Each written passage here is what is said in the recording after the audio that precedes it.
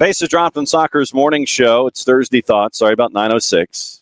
That's like you sit there and you start punching things and trying to get everything orchestrated. And it's like, 9:05, 9:05, 9:06. Good work for me. Busy show. And this is when you have a lot of stuff going on in a bunch of different directions, the kind of fun that you can have here on a morning show. My anticipation is we'll go past 11:05. Because we won't have even gotten into a lot of the news of the day by the time all of our guests have cleared out. So, morning, Coco. Here's your air traffic control for the morning. Bottom of the hour, Bart Keeler. And Bart will come in, and it is the Bart traditional segment from Wednesday rolled over to Thursday because of the U.S. match with St. Kitts and Nevis last night that ended in a bagel, as Bud Collins would say when he would be covering the All England Lawn Tennis Club Championships. It's a bagel. So it was a 6-0 first set to the U.S. last night. We'll get into that with Bart, and we'll also get into reffing down here if there's anything from the week that raised an eyebrow, got your hackles up, anything like that. So we've got Bart talking USMNT, Gold Cup, reffing down here. That's at 9:30. 10 o'clock, Kaylor Hodges, the newlywed from our friends at the USL Show, will be hopping on at 10 o'clock. And we'll see if any of his compatriots want to jump on as well. Since we're kind of at the midpoint of the season, it'll be a review of the last month, but at the same time, what we'll do is we'll do midseason superlatives and almost leading into what we do with Niko Moreno, who'll be coming on for Thursdays with Niko at 10:30. Probably do a little red light, yellow light, green light with Kaylor as well and find out what he's looking at for the beginning of the second half of the season, although there are some clubs that still have some matches that have to be made up. So Kaylor Hodges from at the USL Show is coming on at 10 o'clock. 10:30, Niko Moreno, Thursdays with Niko. Everything that's on the board with Niko is at 10:30. The Pacific perspective on Major League Soccer, on Gold Cup, anything else that's going on in Niko's mind for that half hour. And then after that, we get into news of the day. So I'm anticipating that we are going to be going long. So, Tom, I guess, is opening kickoff. Any good suggestions on how to break into your car? Just locked your keys into it. I have AAA, and usually they can come and help, I think. But they'll come out with a Slim Jim, and they will come and trigger the door that way. Don't have to. Yeah, good locksmith, Abby. But yeah, for me, usually it's AAA and a Slim Jim. So, KFC clothes hanger bound not to be enough. And Abby with the question. Don't have an extra set a friend can grab. Traditionally here at the house, there is a backup set. And the newer vehicle. That's the issue, Abby, with the newer cars with Slim Jims. Yeah, Michael, it might be cheaper with a brick. Absolutely true. And yeah. So let's see. Modiflow Slim Jim on some of the modern electrical cars is not ideal. Yeah, no doubt. Might be cheaper with a brick. Yeah, instead of a locksmith. Those of us who've had older automobiles, we've traditionally been able to get away with Slim Jims and things like that.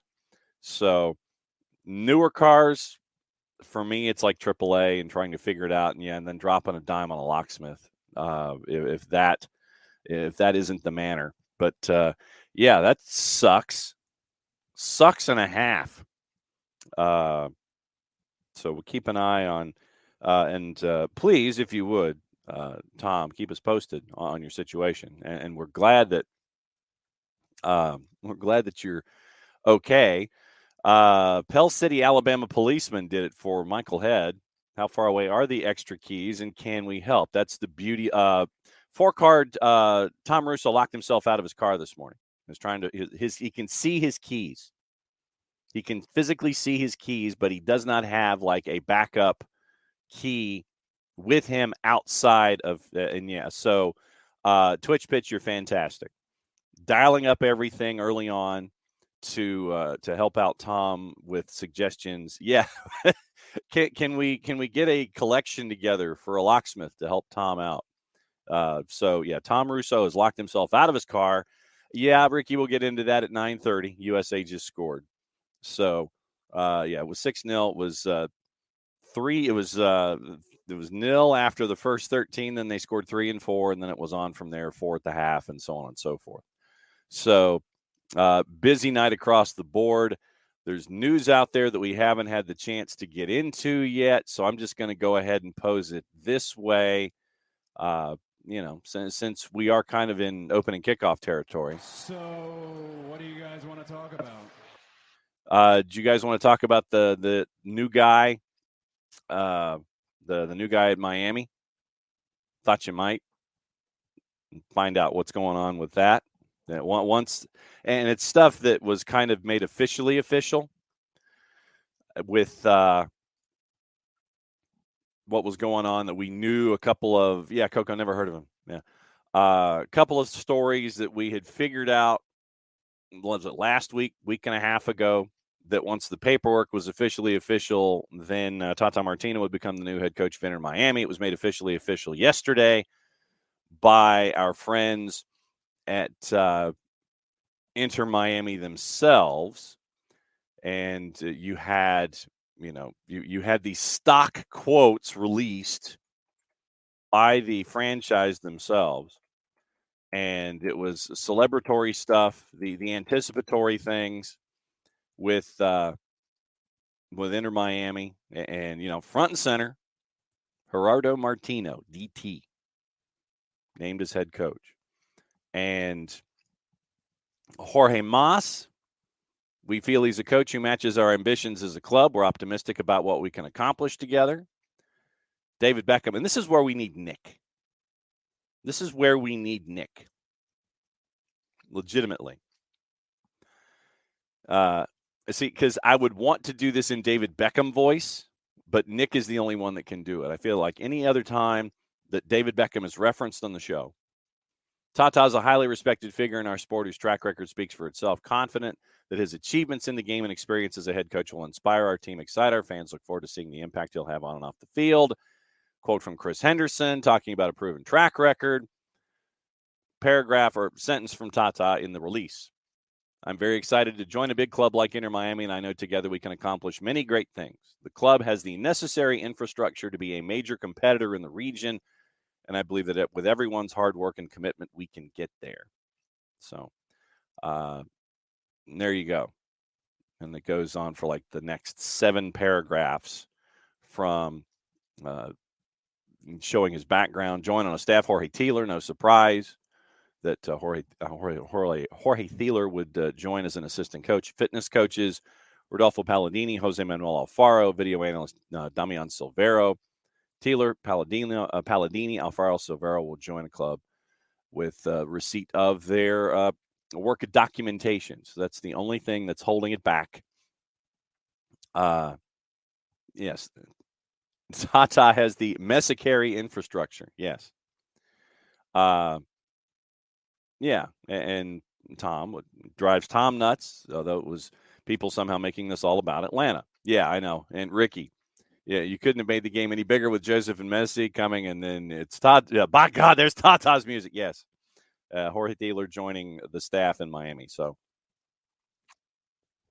Bam, wondering when Inter Miami became a big club. Well, I mean, when you have the quotes, when you're unveiling something new, Bam, you're always going to have the most positive quoting structure attached to it. So that shouldn't be a surprise. So, once again, one of the biggest well-known unkept secrets in the history of Major League Soccer was made official yesterday. So looking forward to it. But you're looking, you're looking at a team that's got a lot of work to do on the field and off. You're bringing in Messi, allegedly. Still haven't seen anything about a contract, although, yes, we know that it's close. Busquets, who's your third DP? Who's the third DP in all of this? What's it going to look like? So who's the third man when it comes to DPs? You figure that some will be bought out. Gregory bought down, Campagna and Pizarro out. Who's the third man? That's going to be the question. Yeah, well, I mean, Ricky, it's understandable. And then Abby was giving Abby was giving all the intel, I imagine. Abby, you were sitting there, your Fort Lauderdale friends asking about Tata. You're giving all the proper intel when it comes to Tata Martino. But man's got a lot of work to do. He's got a lot of work to do. I mean, let's look at things. It's front and center for the MLSsoccer.com page, but you look at the standings, and they're still at the bottom. Scored 17 goals in 18 matches. They've given up 28. And that puts them in the Eastern Conference. That puts them tied for dead last. Dead last right now. Dead last in the East in goals scored. Tied with Red Bulls. Dead last in the East, period. And they are tied for third in goals allowed in the East. No, or they would be 4, 5, 6. They would be sixth in Major League Soccer in goals allowed. And there are two other teams that have scored, let's see. So they'd be tied for third in goals and least amount, third from the bottom in goals scored. Colorado scored 14. LA has scored 16. LAG. Minnesota has scored 17. Miami scored 17. Red Bulls have scored 17. That's what you're staring at right now. Team that isn't scoring. Bottom of the Eastern Conference. Yes, I know you're bringing in Lionel Messi. Yes, I know you're bringing in Sergi Busquets. Yes, I know you're probably bringing in a third DP. Yes, I know you're spending a lot of money. But, and you're probably going to get new coach bump. Tell you what we'll do.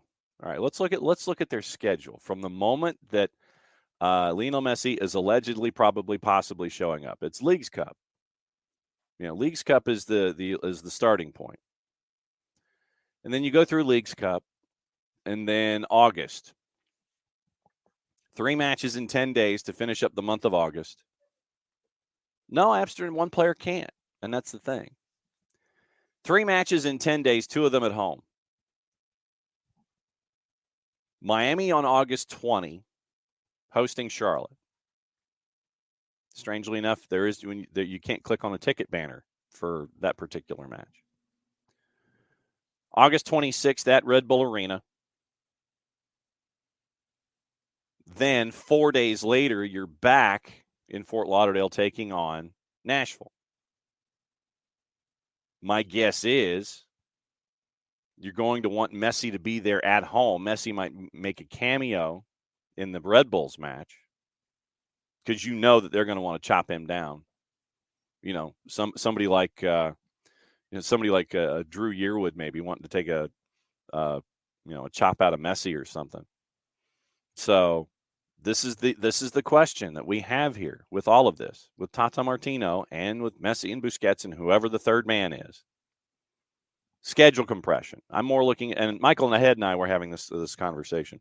I'm looking more at schedule compression for Lionel Messi than I am when it comes to grass and turf. First 3 matches out of the blocks are in a 10-day period in MLS after Leagues Cup is over. Home to Charlotte, at Red Bulls, home to Nashville. You know he's going to be playing in that Nashville game. You know he's going to be in that match at DRVP and K against Charlotte. How much is he going to be in that Red Bulls match on the road?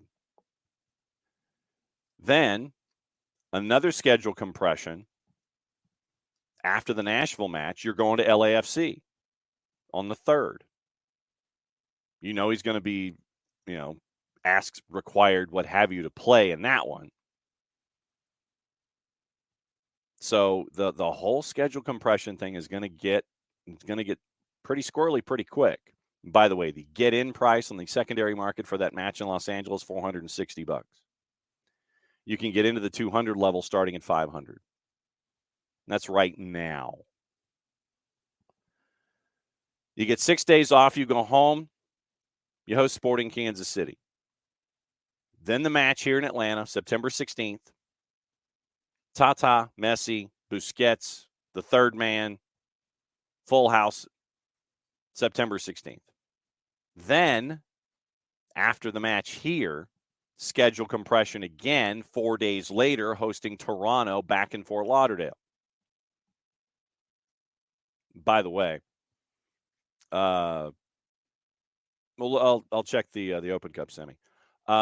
Get-in price, by the way, in the secondary ticket market here on a full house for the match against Inter Messi CF, $135. And that's to get into the top level, the 300s. $135, your get-in price. So that's what you're staring at. Then 4 days later, once again, it's another 3 days and 8 matches. 2 of them on the road. At Atlanta, 4 days later, home to Toronto. 4 days later, at Orlando. Not as bad. And then you host NYC to finish up September. And then October, you got 3 days basically in an 8-day period, 3 matches in an 8-day period again. Hosting NYC to finish up September. On the 4th at Soldier Field. And then back home on the 7th to take on FC Cincinnati next to last day of the regular season. Get-in price, by the way, in Chicago, secondary market, $199. So schedule compression for me is going to be the larger question for Inter Miami. How do you manage all of these older stars with demand? I'm trying to figure out. Semifinal is August 23rd at TQL. Open Cup semi, FC Cincinnati, Inter Miami, 7 o'clock, Wednesday, August 23rd at TQL. Houston and RSL are at 9:30. So you're staring at that.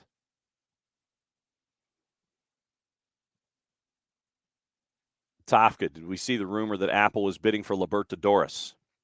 And that with it comes including 6 teams. Yeah, including MLS and Liga MX. Hey, if Apple's bidding for Libertadores, and it was mentioned yesterday that Leagues Cup is going to be available in Mexico on Apple.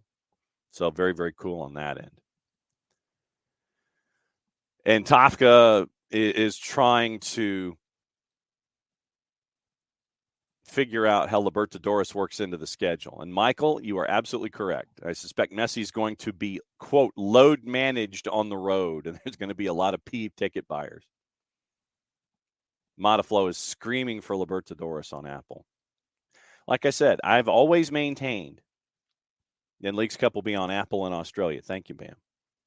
I've always maintained that Major League Soccer is the petri dish for Apple when it comes to other things and how they get managed and how they are pursued.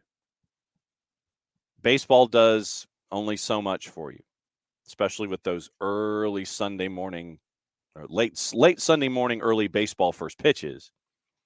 But I've always maintained that the petri dish for Apple is Major League Soccer. BAM Bundesliga rights in the U.S. are with ESPN Plus, so we watched Bundesliga and Bundesliga 2.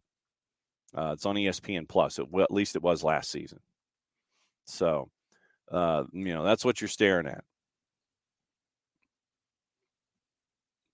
The load management is what I'm going to be looking at. Ricky Ricardo looking at Busquets. Busquets going to be out there looking like Matuidi. And that's the key. Who's the third man? Because you're going to need folks. You're going to need folks to help you out in the midfield. Because that back line that Inter Miami has, is going to get run at a lot.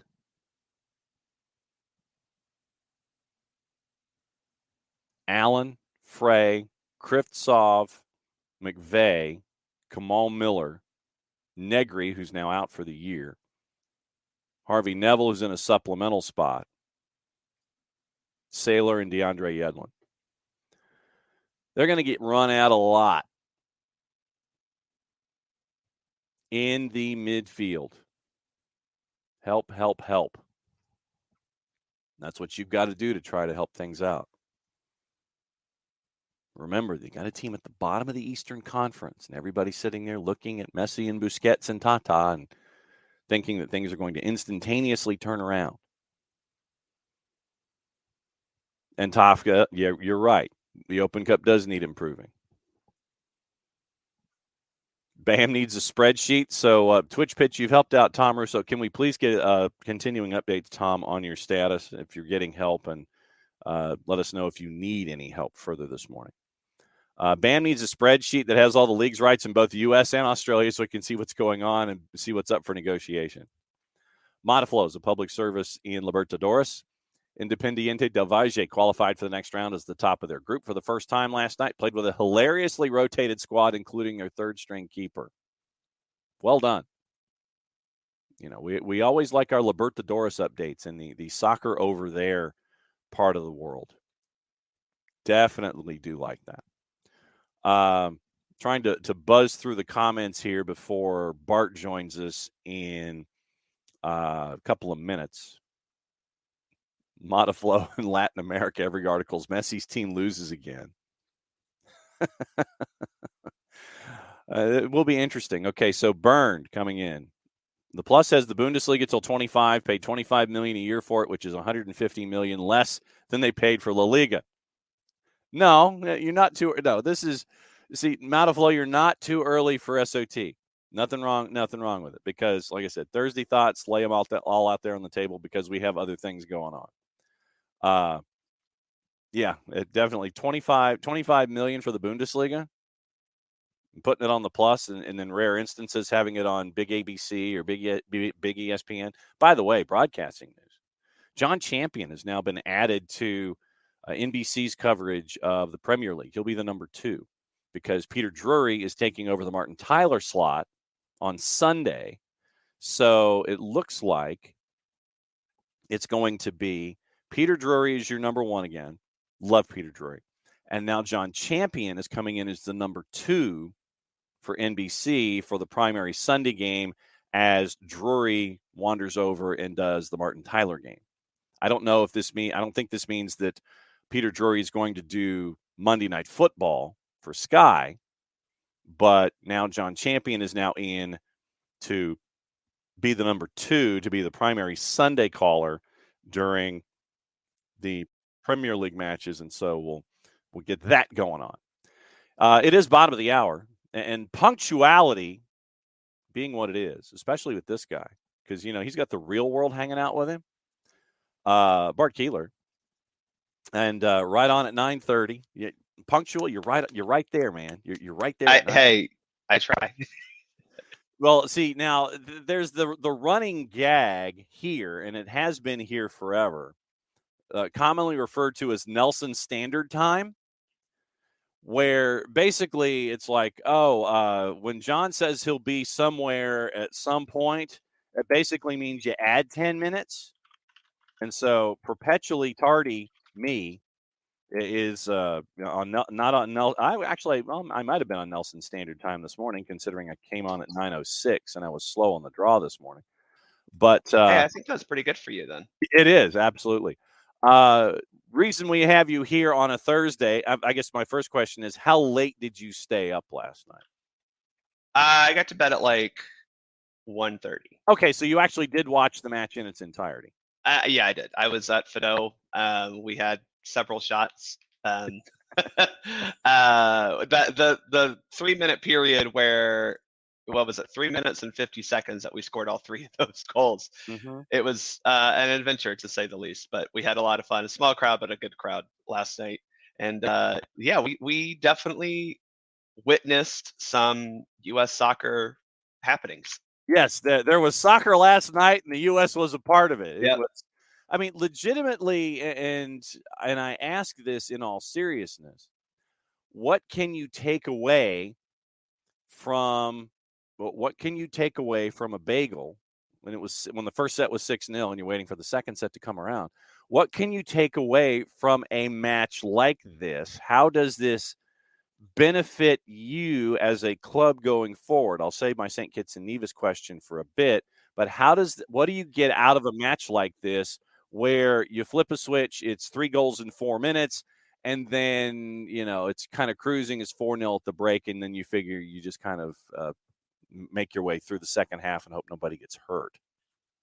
Yeah, I think it's a fair question, and I think it's the question that can we take like several steps back? Absolutely. And, when we talk about, why isn't the A team at this tournament? Do you think Christian Pulisic gets anything from playing in that game last night?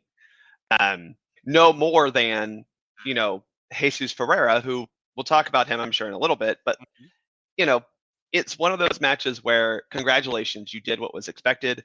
I actually think that, it obviously could have been worse than 6-0. Give a lot of props to that keeper from St. Kitts and Nevis, who, I gotta be honest, he looked pretty decent last night. Like, if I were in a USL Championship team, I'm possibly giving him a call. Yeah. He was pretty decent. Their defenders, especially at the end, were just like, and really throughout the game, were literally sacrificing their bodies to not let us score. We got the job done. And I think if more than just like, we won at a scoreline that we probably needed to. Jamaica getting that 4-1 win over Trinidad looked a little scary before our match started. But I think we did a good enough job to say, okay, we're fine. What else do you take away? Again, I think in these games you can take away more from a bad performance than you can a good performance. But I do think that there were individual players who showed that they were definitely at a class above what we were playing last night, and I think that's a positive.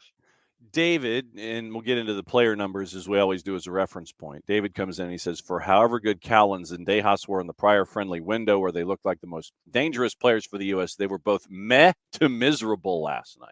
Yeah, I think that's a fair critique. I thought Cowlins and Dejas were not as influential on the game as I think we wanted them to be.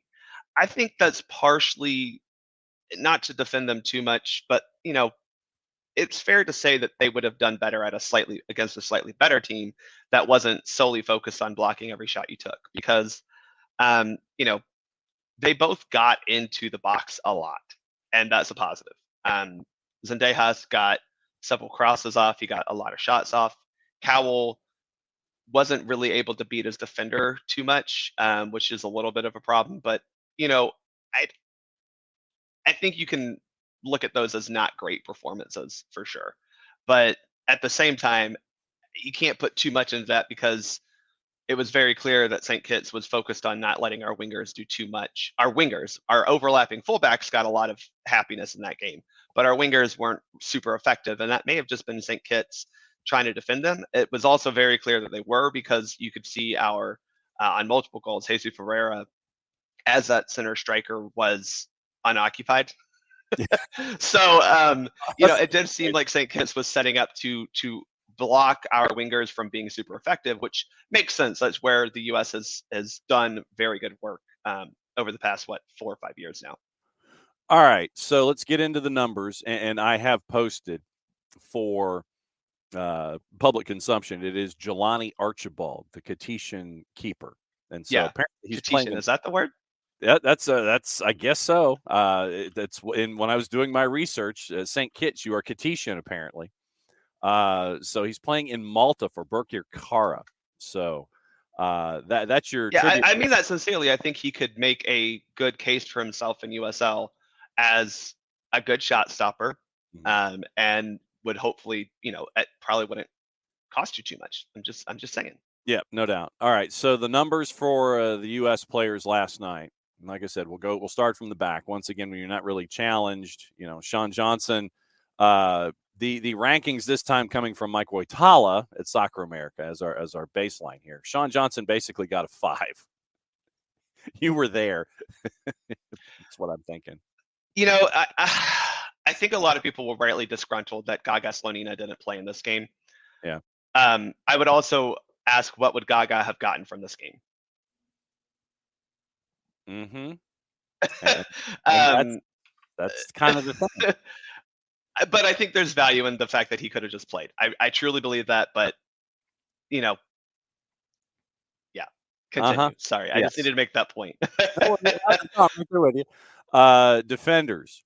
DeJuan Jones got a 5. Matt Miazga got a 6. Jalen Neal got a 5. Brian Reynolds got a 7. I thought Brian Reynolds was very good last night. Very good. Obviously, his goal is going to pump up his numbers, which, by the way, an absolute banger of a goal, man. That was so impressive. I thought he was very good otherwise. Again, it was very clear that St. Kitts was focusing on Zendejas a lot during our attack, and that allowed Reynolds to make some great overlapping runs, and he did. And I thought he was I thought, for me, if you wanted to pick one standout for the game, Reynolds was that guy. Midfield. Busio 7. James Sands a 6. Georgi Mihailovic an 8. That's a little. Well, I guess Sands didn't have a whole lot to do. We'll just put it that way. Yeah. I thought he was pretty good last night, actually. Busio and Mihailovic had great games. Again, what do you take from this particular opponent? I do take that Mihailovic was one of those guys, to me, that showed he's a class above where he was playing last night. And he needs to start doing that. We've wanted Georgie to kind of inject himself into that national team conversation. I think there's still spots to claim as backup attacking midfield spots on the senior team roster, and I think he did himself some favors today. But again, we're talking about St. Kitts and Nevis. So forwards, before we get into the subs, Zendejas a 4. Jesus Ferreira, for obvious reasons, punches an 8 for Mike Woitala. Cade Cowell got a 2. And here's what Woitala says. Cade Cowell started the day by failing to control a pass that met him in the penalty area, and it never got better. When he shrugged off a tackle by Keith Roy Freeman in the 16th minute, he shot straight at the keeper. His later attempts to dribble through failed, as did a close-range volley with no pressure, one of his 5 unsuccessful shots. So Woitala gave him a 2. I think it's fair. I think it's, well, let me rephrase. I think it's harsh to give him a 2, but I think the reasons are fair, right? He didn't look great. He failed to really beat anyone on the dribble, which is what he's good at. His shots, I mean, we've seen him in MLS. He's able to get a quick shot off, and he wasn't able to do that at all last night. I think last night was a game that you would have expected him to score, and he didn't. Subs. Alan Senora a 3. Aiden Morris a 5. Brandon Vasquez a 3. Yeah. Missed a header from 6. Christian Roldan a 6. And the new Papa got a 5 in his substitution. Your trivia on the day, Jesus Ferreira with his second U.S. hat trick set a record by hitting the 10-goal mark in 20 appearances, besting Clint Mathis, who got 10 goals of his 12 in his first 23 games. So let's table the Jesus Ferreira discussion for a second. Sure. I thought all the subs were okay. Mm-hmm. Senora has been very disappointing in his appearances for the U.S. I think both Senora and Zendejas have not lived up to the hype that they received, especially Senora, and it's disappointing. Gressel congrats on the child. I don't have anything to say about this game, man. Like, sorry. Congrats on birthing a second baby into this world. You and your wife, mazel tov to both of you. Let's see. Morris was, I don't want to say he was invisible, but at that point in the game, it was like, what? And actually, when he came on toward the end of the game, St. Kitts started actually creating things. So, I don't know whose fault that is necessarily, but I mean, it was, by the time most of these subs came in, the game was done and dusted. I do want to point out Brandon Vasquez, man, again, it's a game where you would have expected him to score. It's a game where you would have expected him to do well, and he missed the goal, missed that header, and didn't really do a whole lot outside of that. So very disappointing. But again, at that point and that stage in the game, I don't know what you take from it. All right. So are we bringing Jesus Ferreira back off the table? Yeah, let's have this conversation, John. Go for it. Because yes, congratulations to Jesus Ferreira for getting his 10th goal. I think he now has 11 goals for the U.S. That's a very a positive thing. However, his goals have come in bunches against not good teams, earning him the Twitter nickname, the Pirate of the Caribbean. 2 goals in that 7-0 friendly versus Trinidad, and I think that was a December friendly even. A goal against Panama in the 2021 home qualifier, 4 goals against Grenada at home in that Nations League match, and the goal against Mexico this year. Mm-hmm. That's his best opponent that he scored against. 2 goals against St. Kitts. So yes, he has scored a lot of goals in a very short amount of time for the U.S. I think that is a positive. That's a good thing if you're a U.S. fan. It has to be said, the level of competition has not been very good at all. He has not scored in a road match. Mm-hmm. And when you compare him to Clint Mathis, from the research that I was able to do this morning while waking up in bed, there you go. Mathis has scored 3 goals on the road. Mm-hmm. He has scored 2 goals in World Cup qualifying. Also, his 10th goal that he scored was a goal against Korea in the World Cup. So the level of difficulty is much higher. He scored against Brazil. He scored against Germany. He scored at Honduras. It has to just be said, right? And Jesus, again, he scored a lot of goals, but he also has scored those goals in bunches in fewer games. So it's hard for me to say, oh, well, he scores a goal a game, because when you look at Clint Mathis, for example, his first goals, right? He scores 10 goals in his first 23 caps. He scored them through 8 games, whereas Ferreira has only done that in 5 games. So he's only scored in 5 games for the U.S. Okay. So again, these numbers, if you look at the just fact of he has scored 11 goals in 20 games or whatever it is now, that is a very, in theory, a good clip. But when you get into the numbers, both who they're against and how many games he's actually scored in, it's not a good it's not good for Jesus, and it kind of shows that he has a ceiling.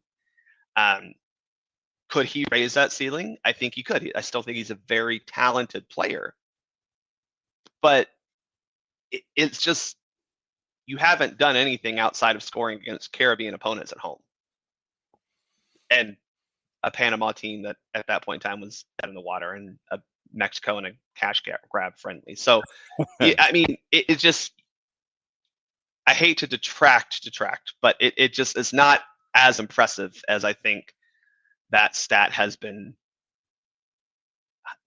praised to be.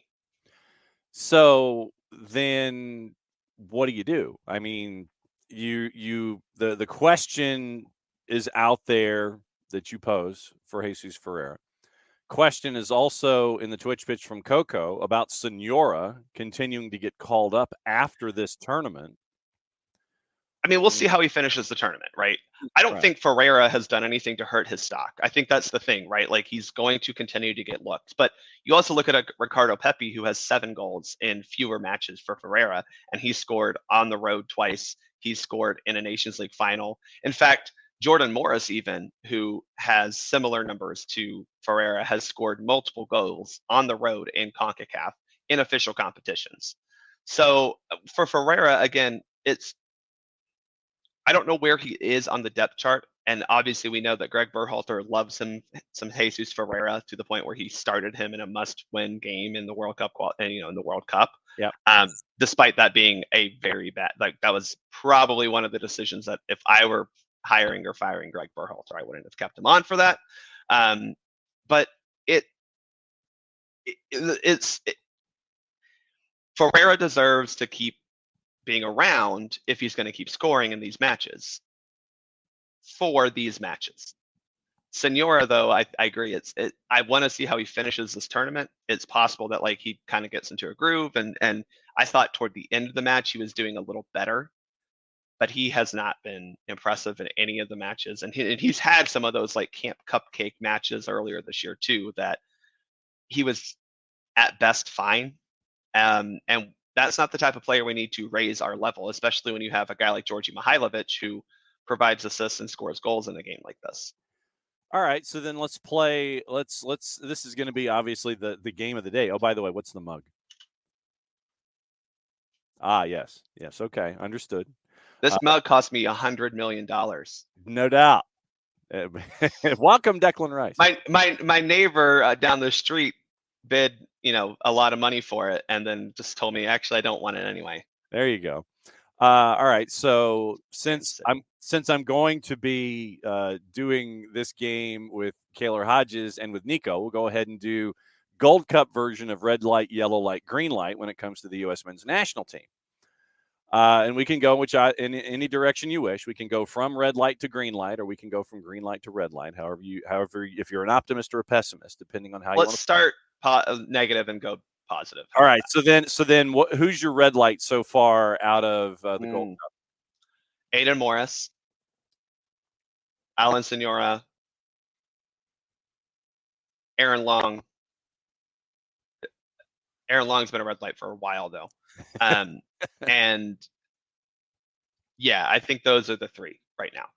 Okay. And I hate to say that about Morris, but bro, you haven't looked good against not good teams. And again, it's he and Senora have had similar showings where it's you haven't been bad, but you haven't been good against bad teams. Yeah. So you haven't done anything to justify any more inclusion.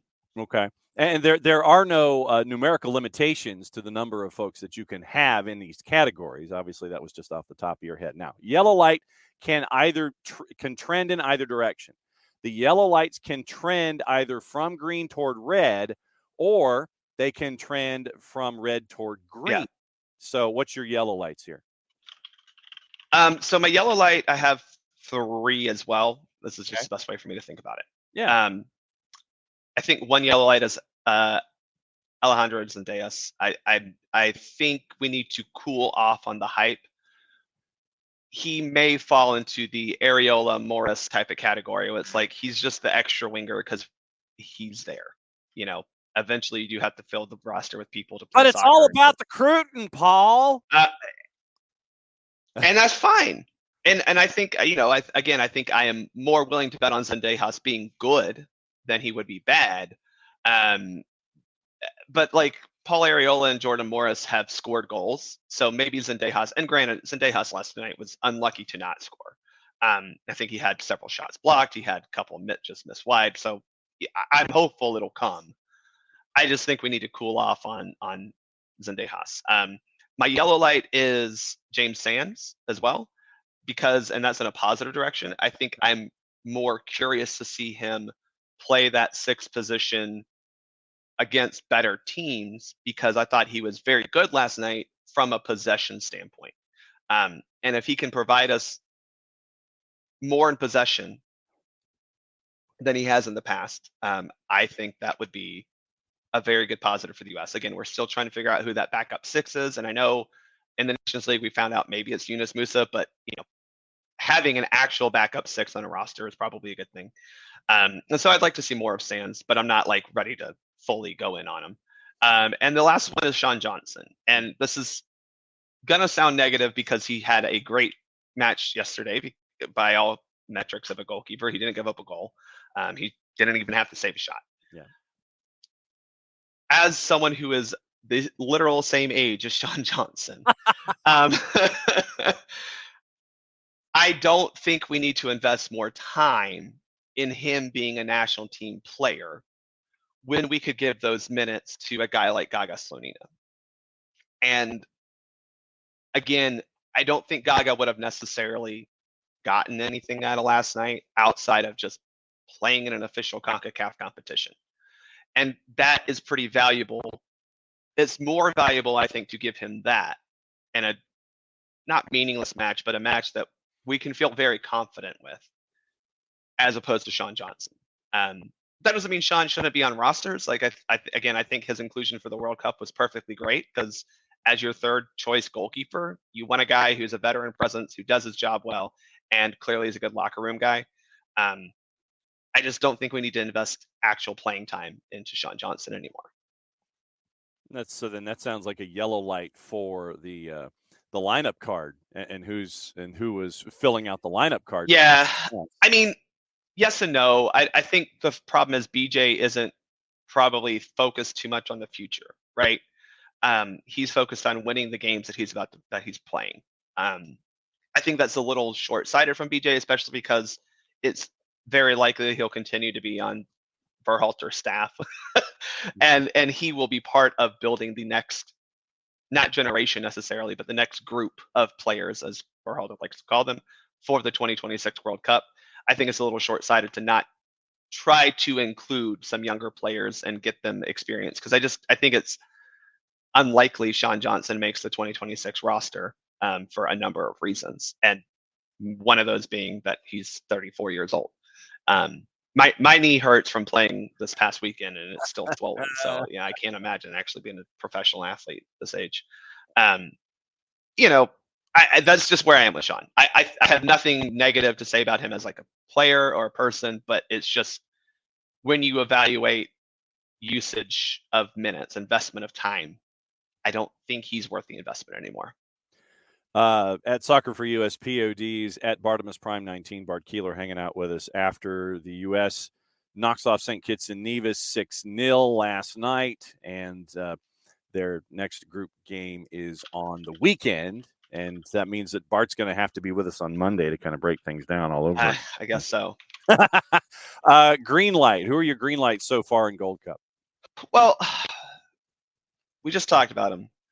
I think Jesus Ferreira is a green light. He had a very good game against Jamaica, got the assist on the game tying goal. He obviously gets his hat trick last night. Looked very good. Again, what's that ceiling? So the green light is, Jesus, you need to find a way to prove that you are above this level, because you've proven you are at this level. You've proven you're a CONCACAF champion, man. Like, you're at this level, you can do it. Can you go above and beyond? And to be even fair to that, you haven't really done it against the good teams in CONCACAF. So, as we progress through this tournament, can you show that you're able to be a starting striker for the U.S. national team? That's the key. A starting striker going forward. And I don't think he can. I'm not in the Alexi Lalas boat that he thinks he doesn't know that Ferreira is not as good as Balogun. I can tell you that Ferreira is not as good as Balogun, because I've seen them both play soccer, and Balogun has more goals than Jesus Ferreira has scored in a season in a much better league. Why should I sit there and say something that would cause folks to turn away from my TV product? You want to keep the suspense going. Well, they've already turned away because of Landon Donovan's haircut. So that was another talk on Twitter. It was the man. It's time. Just But yeah, I think that's a green light as Ferreira, just in terms of like we need to see more. But a good thing. I think a green light was Georgi Mihailovic for sure. He looked decent when he came on against Jamaica, I thought, but looked even better as a starter. Obviously, again, St. Kitts, not a fantastic opponent, but I thought that was good. The other green light, I think, was Brian Reynolds. And when you compare Brian Reynolds' performance to DeAndre Yedlin's performance. DeAndre Yedlin was a black hole against Jamaica. He couldn't control a pass. He couldn't make a pass. He couldn't do anything right. Brian Reynolds showed that he is a level above, in my opinion, DeAndre Yedlin, because he did the simple thing of having a good first touch. And to me, that's a green light. So I want to see more Brian Reynolds. I think he is, in my opinion, the guy that I want to put more time and effort into during this tournament. And again, DeAndre Yedlin, is he really going to 2026 World Cup? Is he even going to the Copa America next summer? That's what we have to start thinking about. And I don't think Yedlin is going. I don't think Long is going. And I don't think Sean Johnson needs to be a part of it anymore. So it's time to really get out these, and I'm going to use a term that I know I don't love to use, but like, we need to get out these MLS lifers, or these MLS, if you're above the age of 27, right, and you have had your primary career has been MLS based, I don't think there's a spot for you anymore in this U.S. national team. Now, obviously, we have this Gold Cup. That's great. But none of those guys have shown anything better than any of the players that we saw at the Nations League ever in their career. And, there are reasons for that, but we have to start finding the next generation of those types of guys, right? And that's why I think Zendejas deserves more time, because at the bare minimum, he can do what Jordan Morris, hopefully he can do what Jordan Morris has done throughout his career. He can do what Paul Ariel has done throughout his career. But he's younger, and that to me just means you have a slightly higher potential than what they've shown throughout their time. Wrapping up Group A play versus TNT Sunday in Charlotte at 7:00. What do you? 7:30. Oh, true. Broadcast starts at 7:00. Yeah. U.S. Soccer has started listing the actual start times in their app. So thank you, U.S. Soccer. They even don't. Yeah, it's 7:30, which gives you more time to get down to Fido Midtown after the Atlanta United game, which starts at 4:27 or something like that. 4:25 ish. Yeah. Look, I think the U.S. has the best chance to win the group. Obviously, Jamaica's going to have to put out. We have a 3-goal differential lead on Jamaica. Jamaica has also conceded 2 goals. So if you're the U.S. and you keep a clean sheet, I think you've won the group. The tiebreakers, though, to be fair, are points, goal differential, goals scored. So Jamaica at right now 5 goals scored, the U.S. at 7. If my math is mathing, you got to score goals against Trinidad. I don't think that'll be a problem, and you should win the group. There you go. So you've given your plans. Are you going to be doing the doubleheader? Or are you going from Mercedes-Benz? Yeah, I'll be at the Atlanta United game, and then Marta-ing up to Fido for that game. Yes, safe Marta-ing as always. Yeah. So Bart, as always, I imagine, are you going to be doing a hot drop Soccer for US POD after this one, or are you going to wait till the end of the group stage? We might not even talk about the group stage, John. Sorry. I have a episode to edit for. We talked about the U.S. Women's National Team roster. Mm-hmm. Then we want to talk about Greg Berhalter. Yes. And then maybe we'll talk about the Gold Cup. There you go. All right. Yeah. All right. Well, have a good weekend, sir, and I will catch up with you. I'll probably end up seeing you at the big stadium before you go to the Doe on Sunday. So just be safe and stay cool, and I mean that both literally and figuratively. Cheers, y'all. All right, Bartimus Prime 19. So this means we do the hot tag.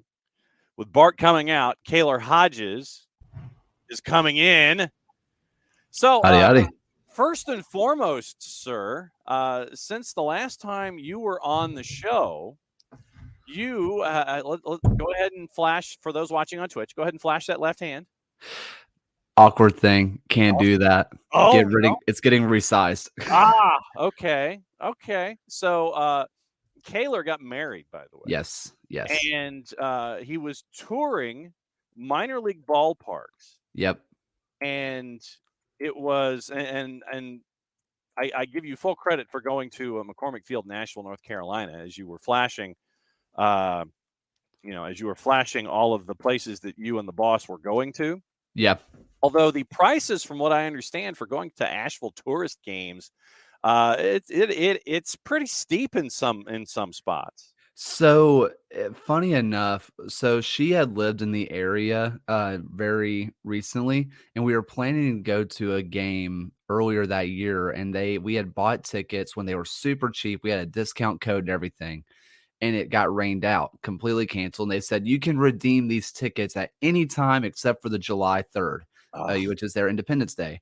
Right. So they were like $5 tickets. And we were like, oh, well, guess where we're going to be during the honeymoon? We might as well just use these tickets that we spent $5 on. So, yeah, it ended up working out. It's, by the way, if you haven't been to McCormick Field, it is beautiful. And if you want to make it a double day, right up the hill is Asheville City. And so if you want to do a double dip of soccer and baseball all on the same day, it's right there for you. Yep, and that's key. So UNC Asheville, while their stadium is being renovated right there and carved into the hillside, but Asheville tourists, UNCA, Asheville City, Mystery Soccer Theater 3000, all those folks up there, it's really cool stuff. Yeah. What else did you end up doing on the honeymoon? Did you continue touring parks or what? So we went out to Greenville, which is where we got engaged. So we decided to go up to Greenville and, do all that kind of stuff, all the kind of touristy stuff. But honestly, she was sick as a dog. So we ended up not doing a whole lot, But, there's some things. Hey, if I get to choose to be sick either in my apartment or, in a really nice luxury place to stay, I might as well get the luxury place to stay. And the ring was sized, by the way. It's just the day that I tried it on, my fingers were so swollen, and we didn't realize that. And then when we put it on the day of, it just fell right back off. Wow. It was bad. And I will give you. All right. So since this is rings down here, wedding rings down here, I will show for those on Twitch. I will show. All right. So my ring fingers are right here. There is about a quarter of an inch difference in my ring fingers because of all the sports I played while I was growing up. You get your fingers mashed, from baseballs and basketballs and things. So when we got it measured, I told the boss, I said, measure it here at the knuckle because it's been broken so many times. So that way you can be assured that the ring goes over the knuckle and it stays, because literally, you see this? I mean, for those watching on Twitch, you see how this is not coming off because of how many times this has been broken. It was measured here, and in our ceremony, the boss is literally jamming the wedding ring.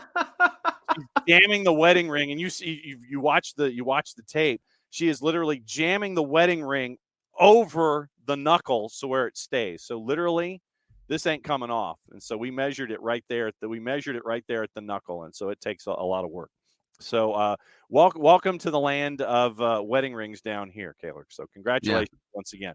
Thank you. The reason that we have you on and Morrissey and the rest of at the USL show is to talk about USL Championship. And we like to talk about wedding rings? Yeah, so we talk about wedding rings. That's absolutely correct. And you got to get Morrissey figured out with all this kind of stuff. But we have you on to discuss USL Championship the last Thursday of every month. And since we're at the halfway point of the season, what I wanted to do, in addition to looking back at the last month, is look back at the first half of the year. And like we did with Bart Keeler, do a round of red light, yellow light, green light again, but take it from not just the month that we haven't seen you, but from the halfway point of the season, and see who your reds and yellows and greens are, who your MVPs are, all of those half-season superlatives. I want to kind of get into that as we go here with your visit. So when you look back since our last visit, what has gone on in USL Championship that has really struck you guys at the USL show?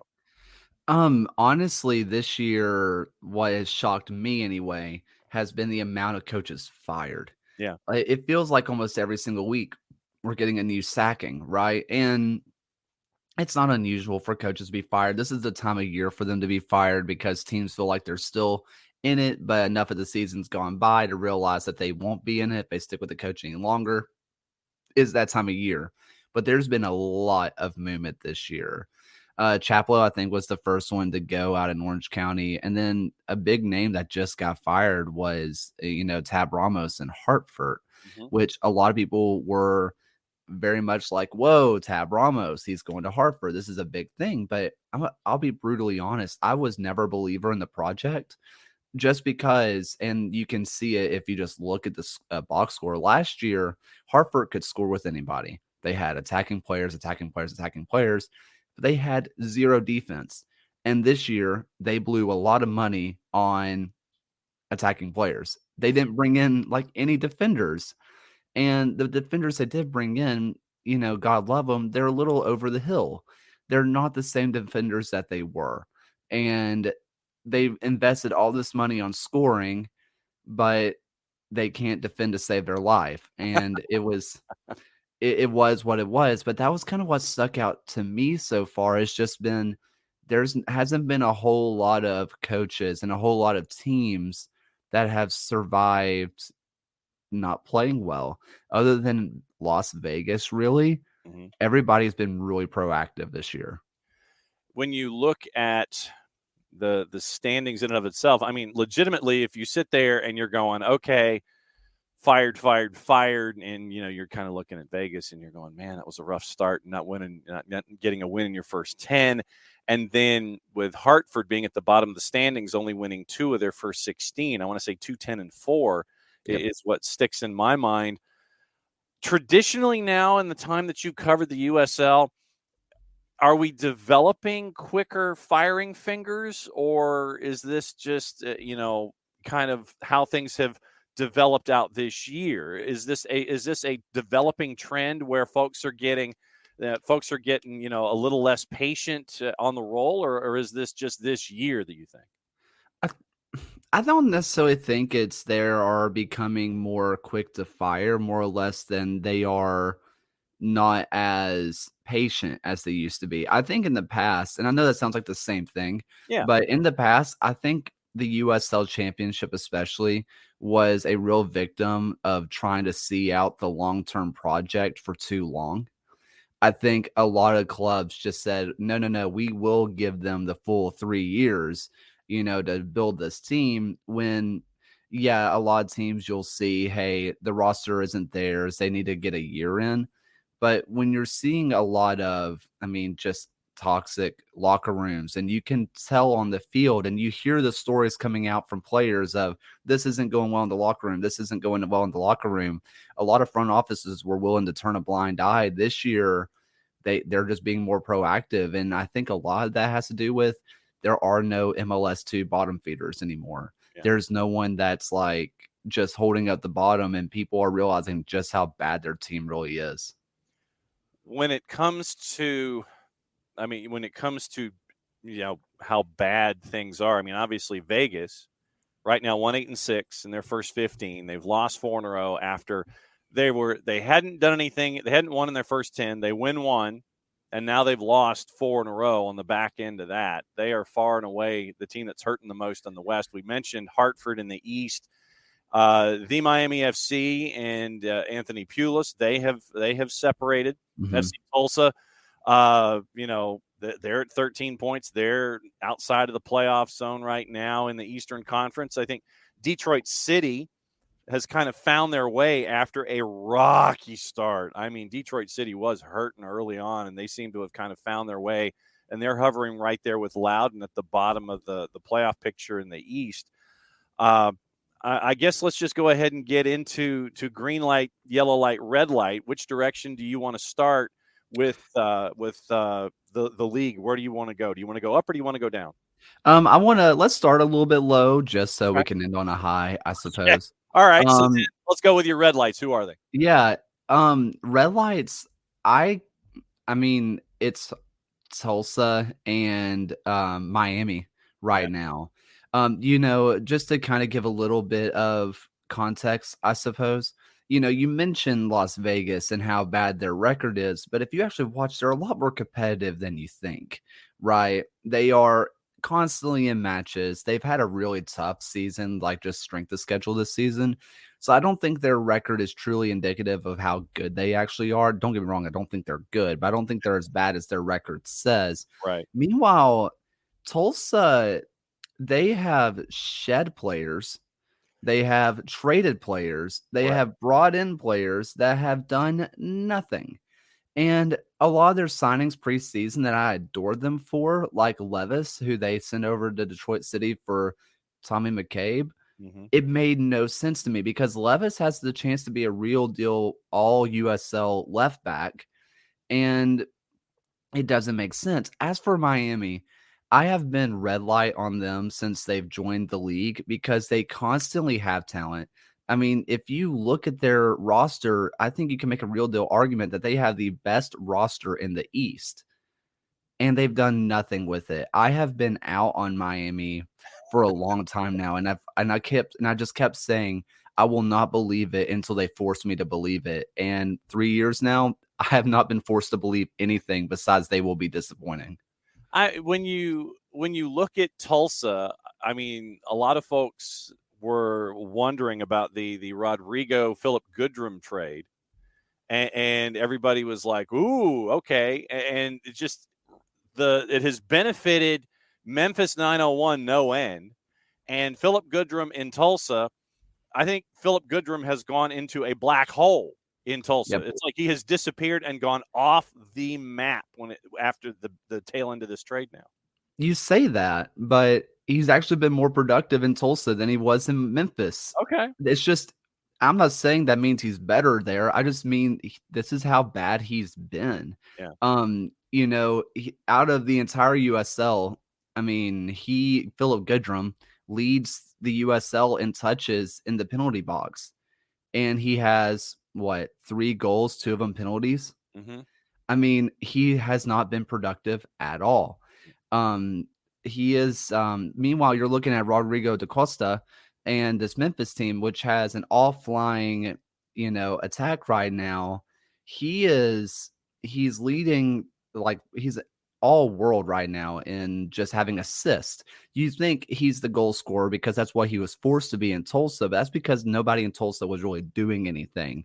But now that he can sit back, play a true number 10, distribute the ball, and score when he has to, I think it really shows that Tulsa thought they had a scoring problem when they just have an attacking problem. They don't have anybody to pass the ball. They don't have anybody to score the ball. They brought in someone who can score the ball, but they still don't have anybody to pass the ball. Meanwhile, they had Da Costa, and Da Costa was scoring the ball a little bit. He was really doing well in creating chances, but again, no one was there to finish it. I just think that Tulsa came in with this vision of what their players were without truly understanding the players that they had. All right, so yellow light for USL Championship, and what we do once again, yellow light can either be trending from red toward green, it can be trending from green toward red. Either way applies, and you can have a repeat answer from the month before. It just has to be a different reason. I think this one's a weird one. And this is a yellow light, and I don't really know where they're trending. I think they're just yellow. It's Louisville City. Okay.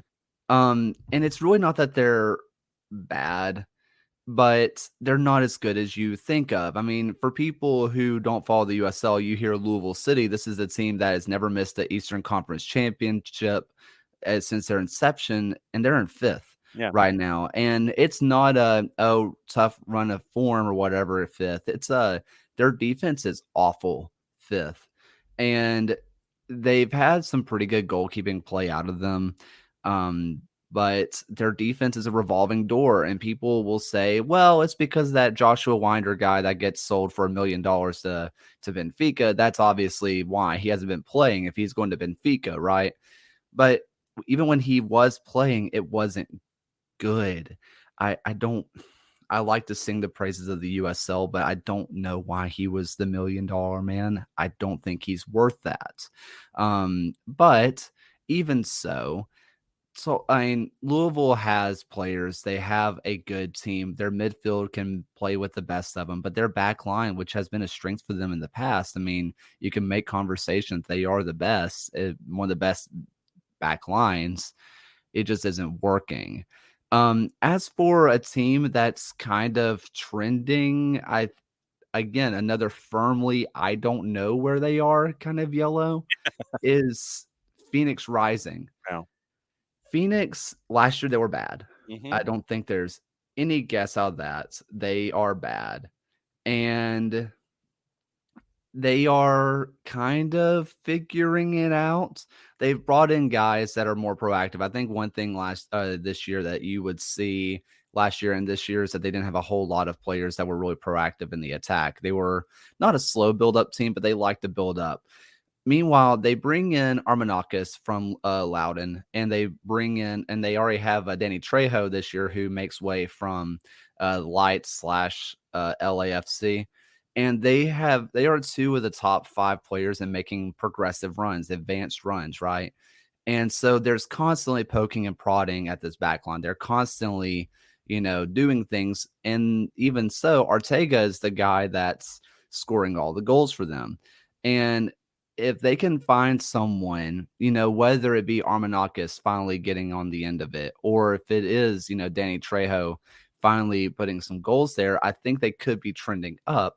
But right now, all the pressure is on Ortega, and if he scores, they win. If they don't score, it's a draw or a heavy loss.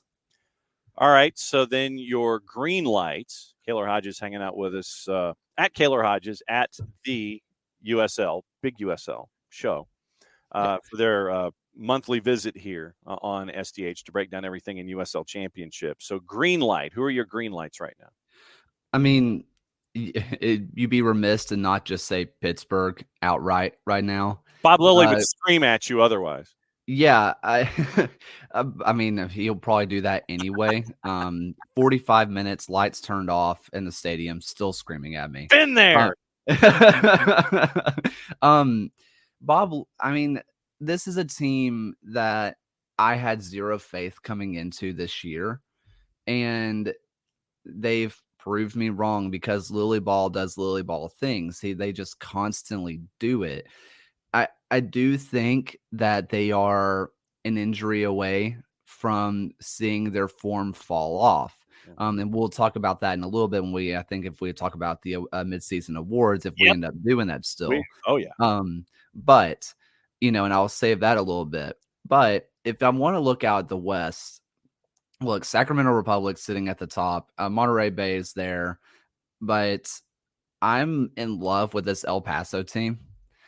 Full on green light. They were a team that I thought would be really competing for a Wooden Spoon award this year. I thought that's who they were. Okay. Because, I mean, they bring in a coach that had one of the worst seasons in the Swedish first division ever, after having one of the worst seasons I've ever watched of a USL team.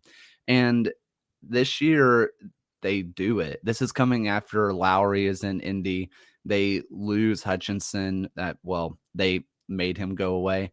Yes. And then they bring in a guy that looks like the worst hire out of any of them. And what he did was, I mean, he gave him the Bill Clinton special, not that one, which is keep it simple, stupid.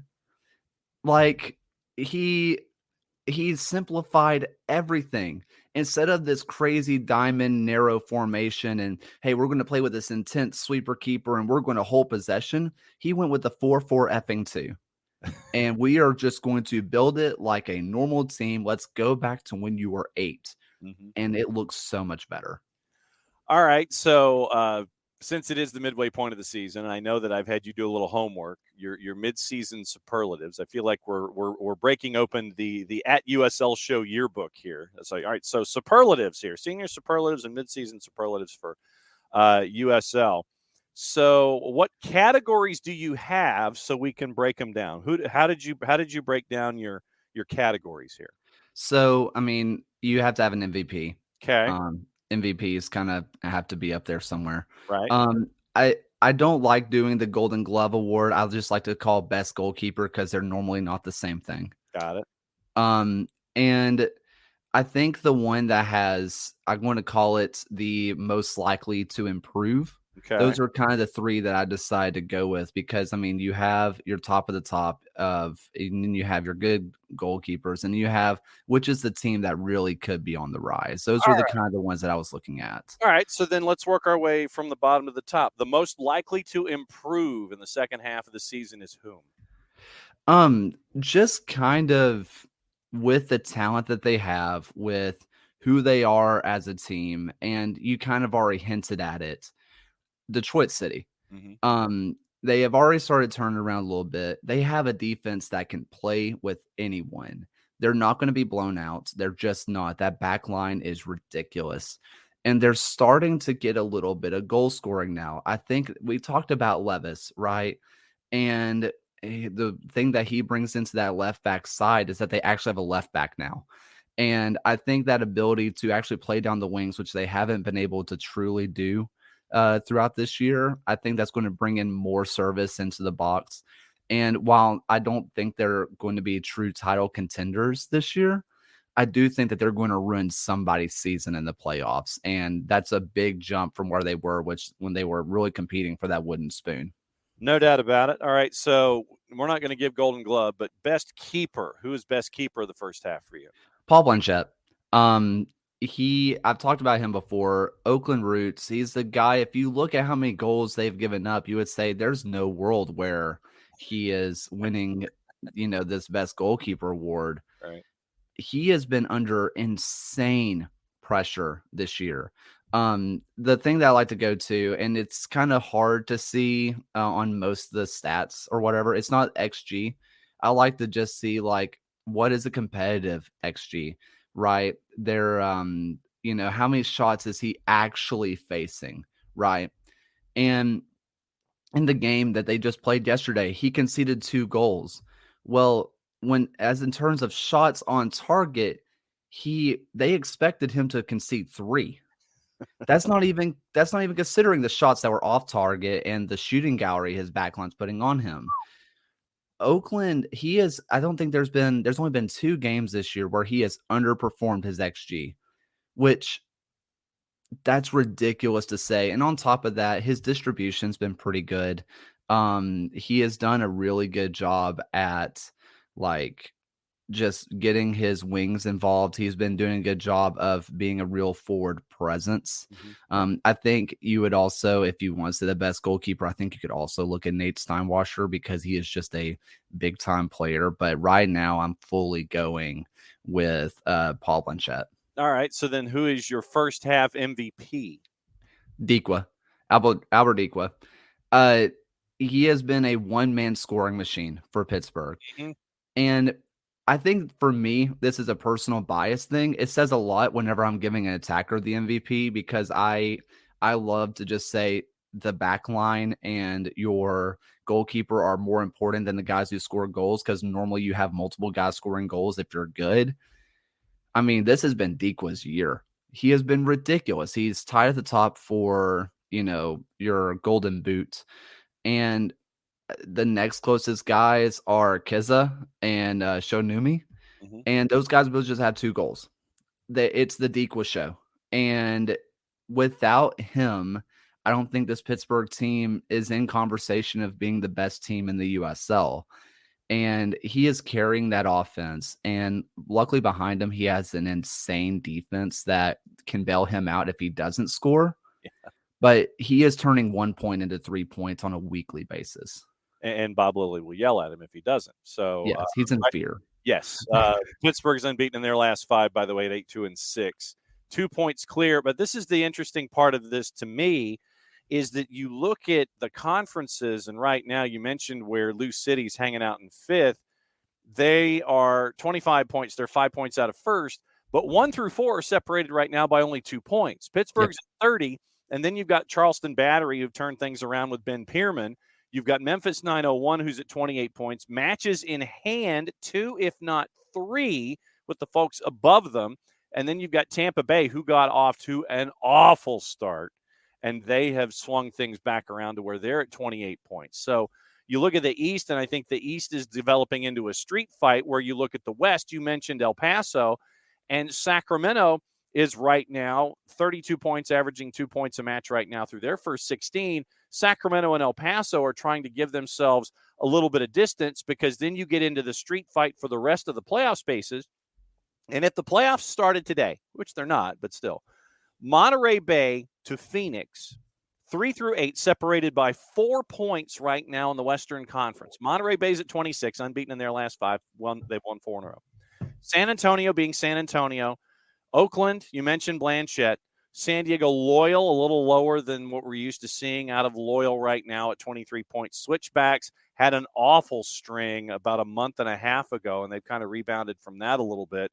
They're at 22, and Phoenix Rising's at 22. So it's like the races at the top are chasing the top in the East, and the races after 1 and 2 in the West, where everybody's trying to climb over each other to stay in the playoff picture. It's interesting races coming at it from different places. This is the same thing that happened last year. Funny enough, I mean, this is the one thing where the USL is weirdly consistent. If you look at the final day last year, the final home playoff spots in the East were up for grabs. We had no idea where people would be finishing. Meanwhile, the West, you're like, other than, you have yours, I think it was San Diego and San Antonio last year. Yeah. Other than those teams, you said, they're going to finish first and second. You had no idea what was going to happen in the West. And that was just kind of how it was going. And it's weirdly consistent that it stayed like that this year. I think what you're seeing, and this is kind of the truth from last year as well, is that in the East, your talent is at the top. You know who your talent is, and then the drop off is huge. I don't think it's as big this year because, I mean, this is me having a little bit of homerism, a little bit of bias, right? But I think 1 through 6 in the East are where your talent is, and then after that, you're seeing a big drop off. Meanwhile, in the West, I think you can see your top, I guess you could call it top 4, but not a lot of people, I think, would really give the benefit of the doubt to Monterey, even though I am all the way in on what they're doing. Right. But if you want to be that person, your 5 through 10, it's about as close as it gets. And if you're really thinking about talent, I know there's going to be some loyal fans or whatever saying, "Nuh-uh, we're not the same as Orange County."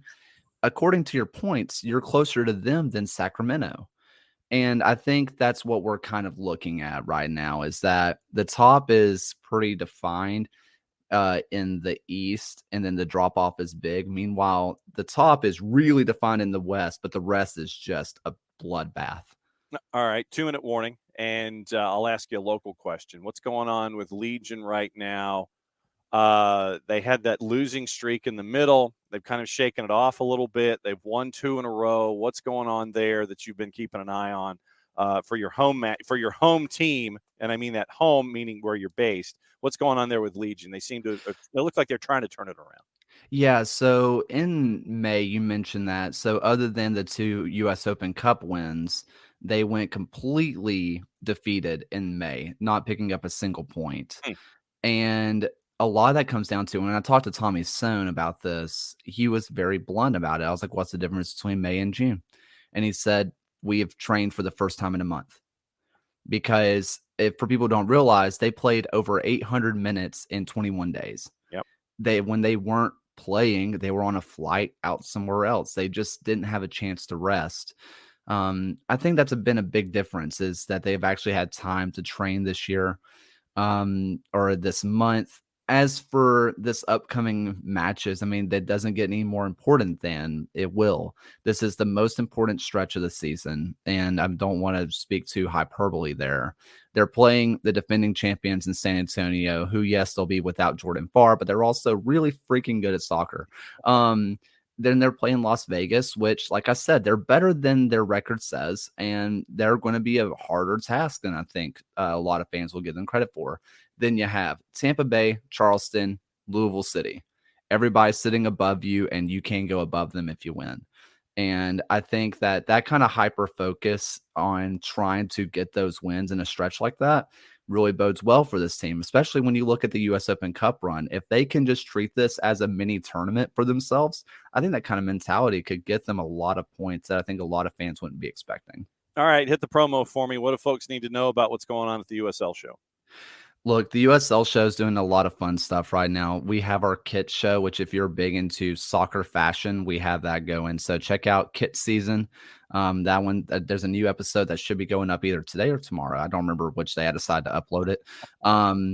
Look, except for this upcoming Tuesday, because July 4th, we have a show every single Tuesday. And we have a whole lot of more, I guess, like wacky show ideas. Not really wacky. It's just more than recap. Like just recently, we did Down But Not Out, which is we gave every single team outside the playoffs a reason why they should still believe in their team. So if you want to hear about the teams that are not just sitting at the top riding high and get to know a little bit more about the quote unquote bottom feeders, that's the kind of show for you. And we're going to have more stuff like that on the way. Looking forward to it. At Kaylor Hodges, at the USL Show. And if you don't follow John Morrissey because of what he does in breaking down USL tactics, fantastic follow as well. Kaylor, thanks again for hanging out with us and breaking everything down in the USL Championship. We'll keep an eye on you guys, and we'll catch up with you guys again this time next month. Thanks for having me. All right, Kaylor Hodges with the USL Show. He's going to go get caffeine and wake up. Being a newlywed, he's all over the place. And Kaylor and John and the guys at the USL Show do fantastic work. If you want to follow along, even though with our review preview stuff that we do with Championship and League One, we do kind of break things down that way.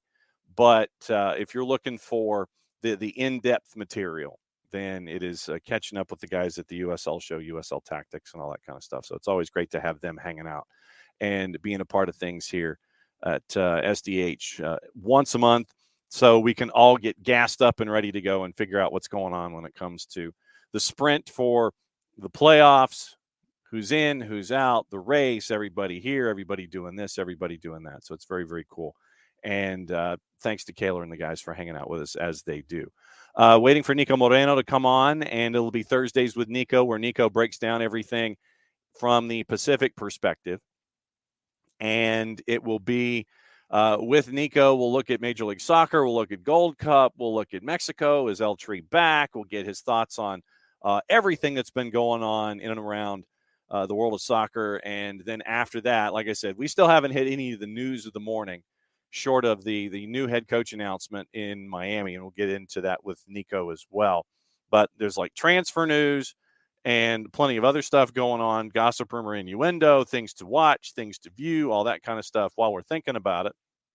Here's your soccer for today. El Modaflo mentioned Copa Libertadores. That's on BN and BN in Espanol. You can catch the doubleheader at 6 and 8:30. Boca Juniors and Monagas is at 6. Palmeiras and Bolivar is at 8:30. If you don't have BN, you can sign up for BN at fanatisfntz.co/soccer down here. It helps out the show, and it helps you out in watching a lot of things that are going on in and around the world of soccer. They give you BN. It's for the fans. It's Gold TV. It's Teise. All of that stuff. Look at Fanatis. You can watch everything from the African continent over here to Libertadores and such. You can catch that at Fanatis, fntz.co/soccer down here. FS1 Gold Cup doubleheader. The country that hosted the last World Championship is playing Honduras at 7:45. Haiti and Mexico is at 10 o'clock. Tuda NA has your simulcast, as does Univision. There's one match in Apple TV and the MLS Next Pro tonight on Season Pass. Quakes 2 hosting Los Dos at PayPal Park. That is at 10 o'clock. And that is your soccer viewing for today. So that's what you're staring at when it comes to all of the activity that's going on. So it is Gold Cup centric, and it is all across the board. There you go. That's the update we were looking for from Tom Russo. USAA policy covers lockouts. Roadside service is on the way. 90 minutes of trying to come up with a solution short of throwing a brick in a window. The USAA policy that Tom Russo has covers lockouts. Roadside service is helping. I hope they get there. A, I hope they get there soon, Tom. And B, I hope it does not involve taking a brick and throwing it through your window.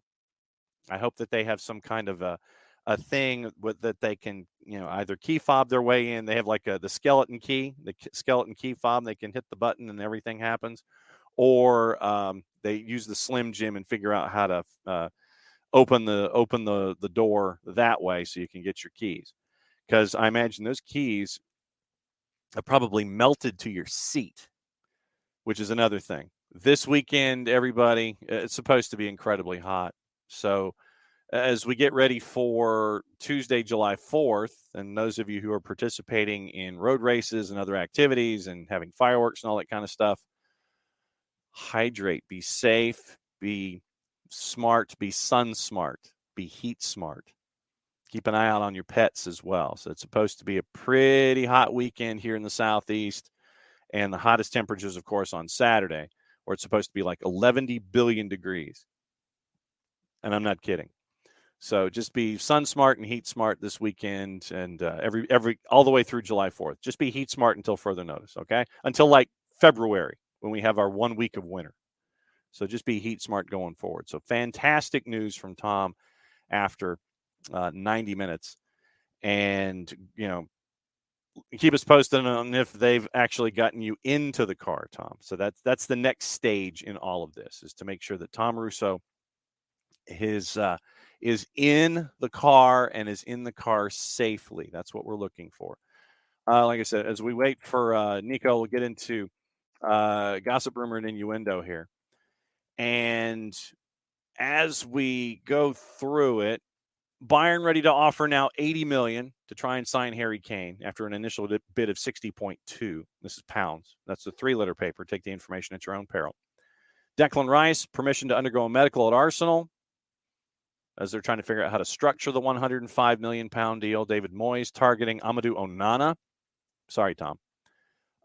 Juventus's Dennis Zakaria and Manchester United's Harry Maguire. Manchester United also set to formally approach Brighton for Moises Caicedo. That's according to our friends at Sky. They are also going to hold talks with Chelsea to break the impasse over the deal with Mason Mount. Villa leading the race to sign Pau Torres from Villarreal, and we'll have more news, gossip, rumor, and innuendo after this guy comes in, because it is Thursday, and so he was ready, and then he was there, and he was gone. So we'll keep going. Gabri Vega, €40 million release clause emerged as a target for Manchester City. We mentioned that yesterday. Liverpool, Chelsea also keeping tabs on the Celta de Vigo man. Liverpool has met with representatives of Dominic Soboschlei, who has a €70 million release clause at RB Leipzig. Wolves have accepted a bid of £7.5 million plus $1 million in add-ons for Connor Cody from Leicester. Burnley have submitted a bid for Anderlecht's 18-year-old defender Noah Siddiqui. Chelsea willing to let Callum Hudson-Odoi leave for $15 million. Nottingham Forest are interested.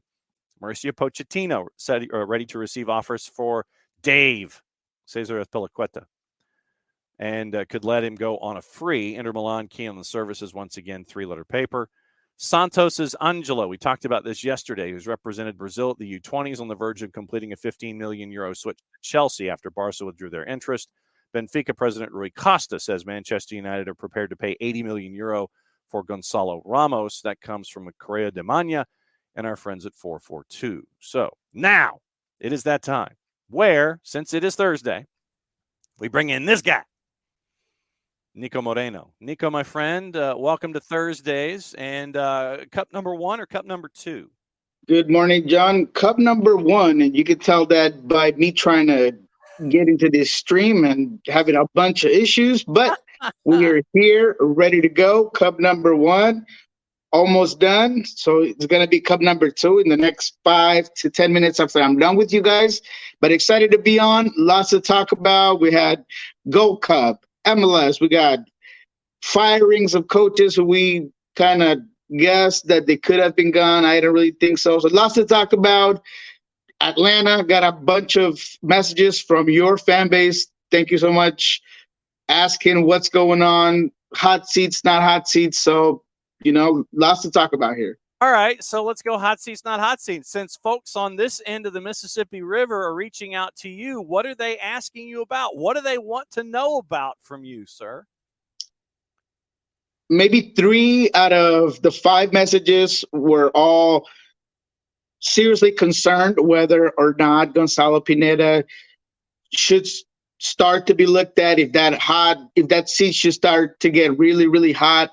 because of how inconsistent the team has been, because you don't really know what you're going to get.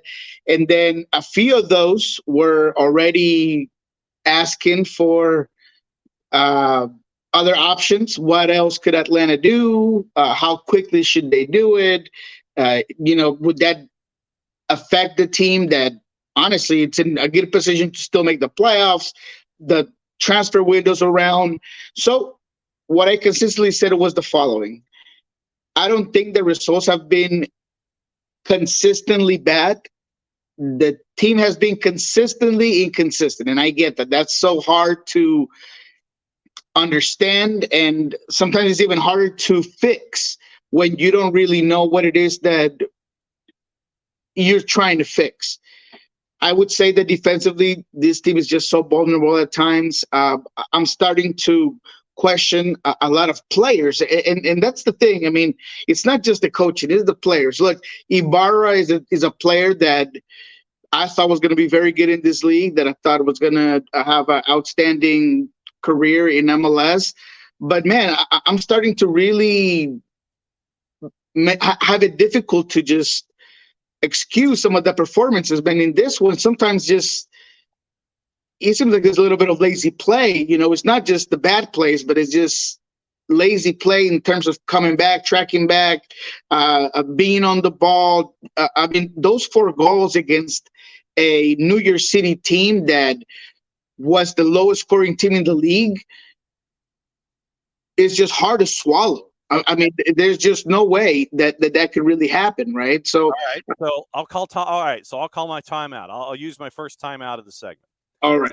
All right. So the first 2, we talked about it this week. Yes, I understand that they were defensive lapses. I get that. You cannot switch off against Red Bulls. 3 and 4 goals. 3 and 4 were off of deflections as you were chasing the game. At that point, when you're down 2-0 against Red Bulls, I don't care. And the result's going to be the result. You're chasing after that first goal. You're either going to lose by 2 or you're going to lose by however many because you're chasing the match. So the end result to me does not matter. Goals 3 and 4, I kind of put off to the side because you're chasing a game. It's deflections and you're over here. The first 2 are the ones that I would be concerned about just because, once again, against Red Bulls, you cannot switch off. They want to do the quick throw. They want to try to catch you on your heels. They want to catch you while you're trying to catch your breath. Those are the things that I would be more concerned about than goals 3 or 4. I know everybody looks at 3 at a 4-0 result and goes, oh, Red Bull scored 4. I would say focus on the first 2, not necessarily the second 2. 100%. And you're just absolutely right. And the first one's the most concerning, right? Off of a throw-in, over the top of your head. That ball bounces twice in the 18 before you put it away.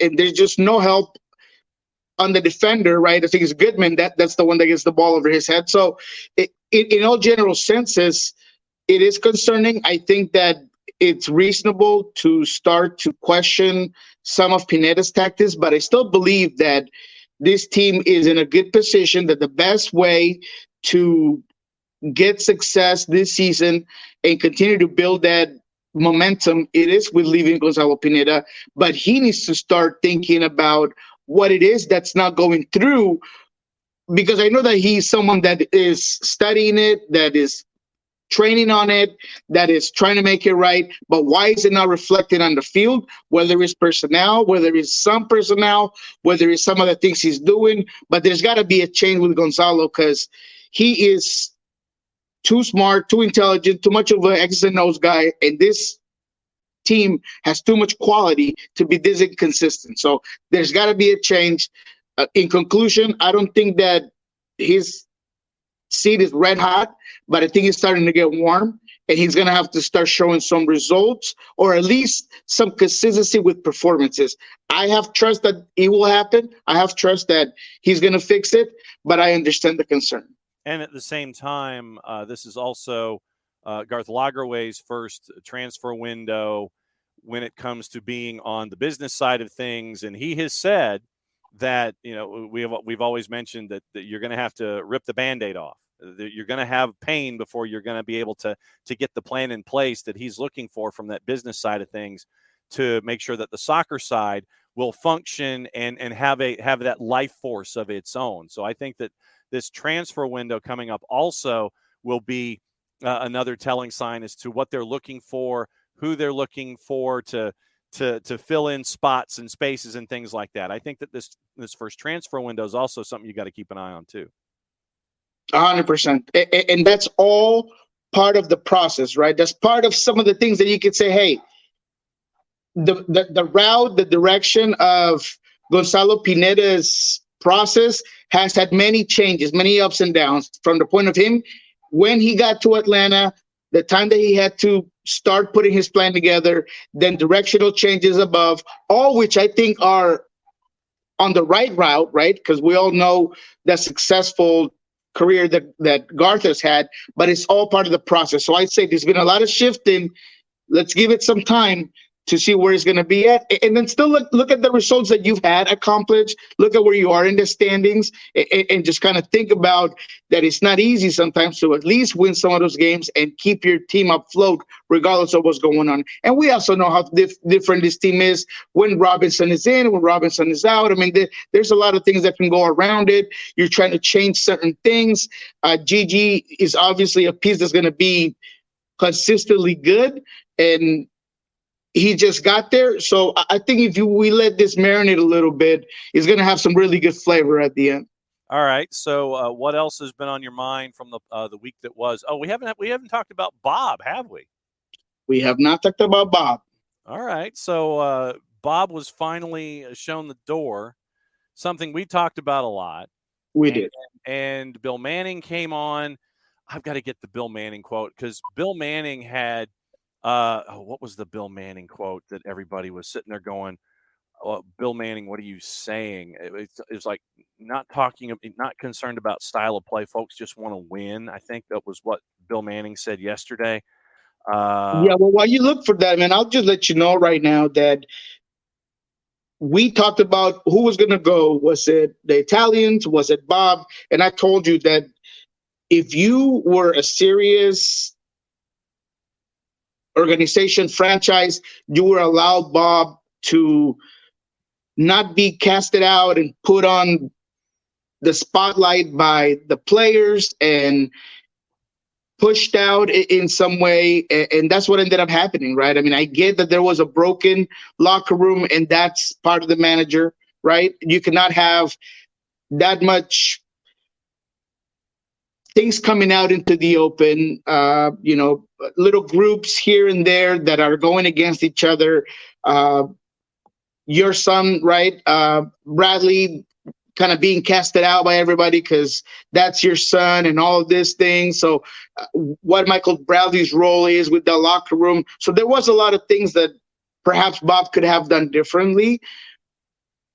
But he came into a boat with some foundational problems, right? I mean, you heard me talk here about talking about Garth. I remember he told me one time, when you miss on a DP, it's like missing on a first-round draft pick. And Toronto has missed on some huge DPs, right? Soldado, then they sold those Salcedo, like the greatest thing since, Coca-Cola. I mean, all of these things that just weren't really there, and an old roster. So I think Bob had a lot of things to deal with. So all in all, I just think that Bob leaving is just a scapegoat, and this franchise has some huge problems, and it all starts up top. It doesn't matter what's going on, who's going to be leading this team.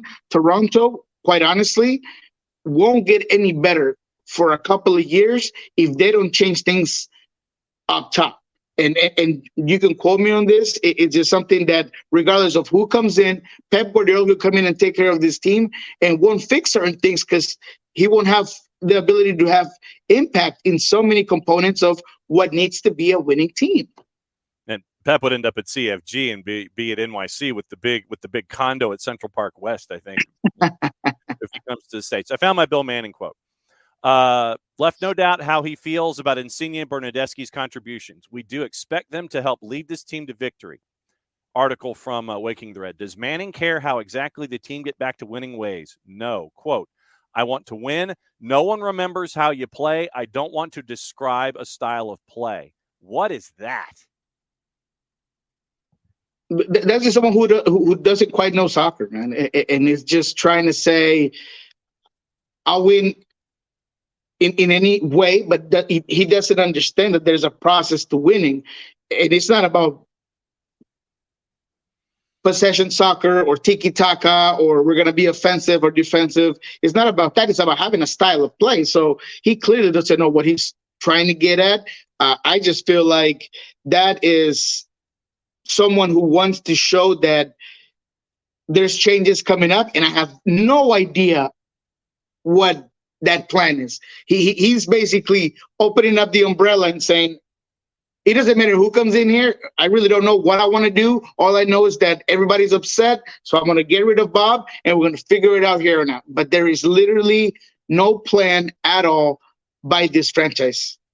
And it's going to be interesting to see how things lay out with Toronto FC. All right, since we're at that point, Niko Moreno at El Rolo NW, at Sports Pulso, and at the Soccer Bar. It's time for red light, yellow light, green light, something we've done all morning long with all of our guests. We've done it with the men's national team. We've done it with the USL Championship. Now it's time to do it with you, my friend, when it comes to Major League Soccer. Are we starting with the red light going down, or are we starting with the green light going up? Let's start with the red light on this one. Yeah. All right. So who's your red light this week? My red light, and look, this red light, green light, yellow light is going to have some teams that are literally just getting into this group because I just got to do it. And I got to put them in. You might be surprised at my yellow team.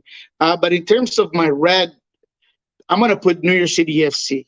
Okay. They come from a draw, but it was a draw that I thought Portland dominated in many instances. I thought Portland was the better team all around. But New York City is a team that has one or two players that are being pretty consistent on a day-to-day basis. Pereira being one of those players, Santi Rodriguez, one of those players.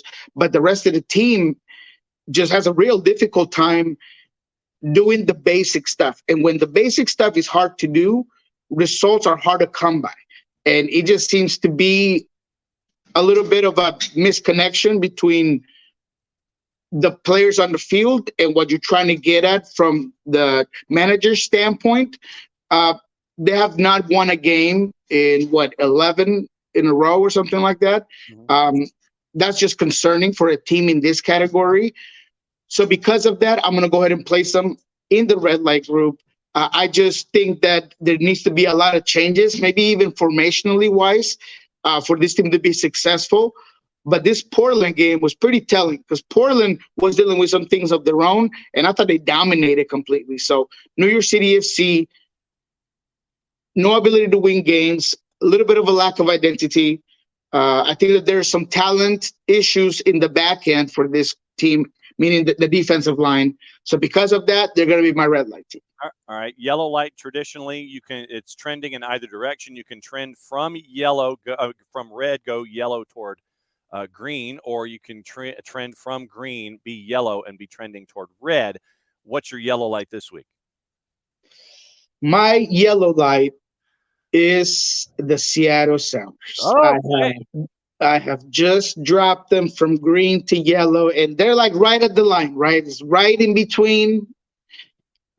But the team's starting to struggle to score, and that's obviously no secret here. But what's really concerning is that there are some depth issues that they needed to fix. Right wing is a position that I feel like they're really short on. And anytime that Christian Roldan is not with the team, it just drops in quality. And it drops offensively, defensively, and not being able to have someone on that end that could provide you with something different, it's really concerning. The young kids, despite of how promising they are, Reed Baker, Cody Baker, Dobler, Ovid Vargas, yes, they're great to have, but I think that the depth is starting to really get questioned because when Brian Spencer is trying to make a change, I don't really see at this point in time, maybe it's because of the injuries, right? Because they have a lot of injuries, but there are no game changers off the bench.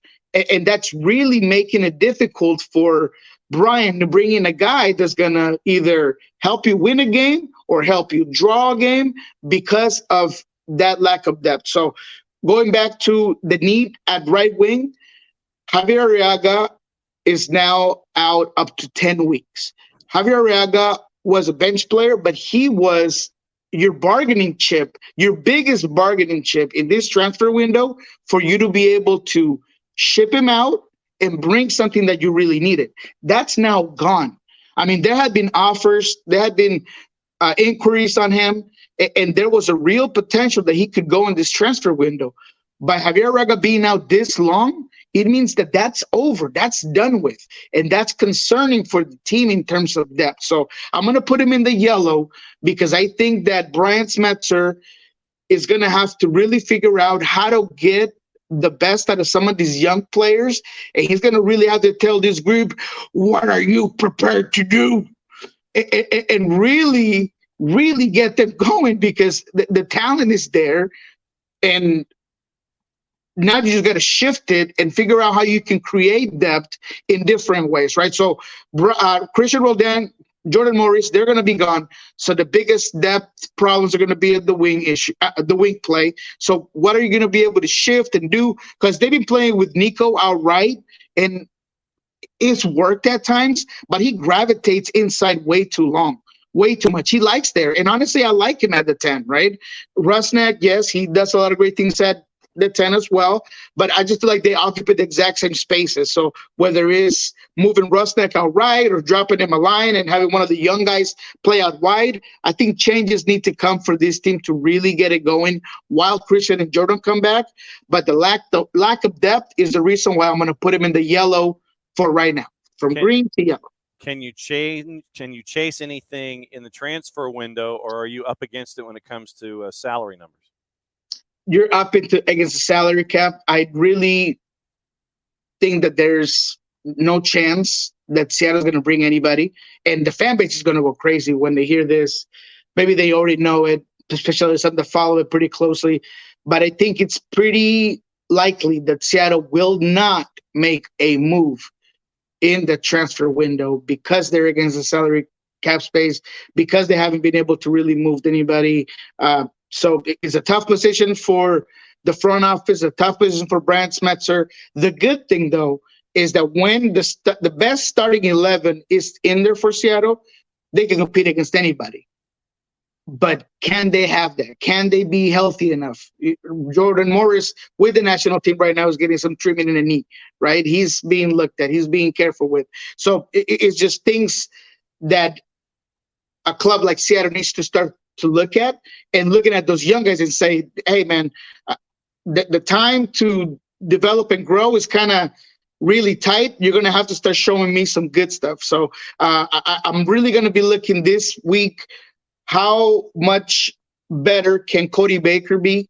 Not just defensively, but offensively. I think that's the one thing that he hasn't been able to do. Can Baker Whiting as well do a little bit more for this team? But that high quality play needs to be there from everybody for Seattle to be successful. When you look at, and this is so off the grid, this is an MLS Next Pro question. When you look at what you're seeing at Starfire, last time out, late game on the weekend here on the East Coast, it was a 1-0 win against Austin FC2.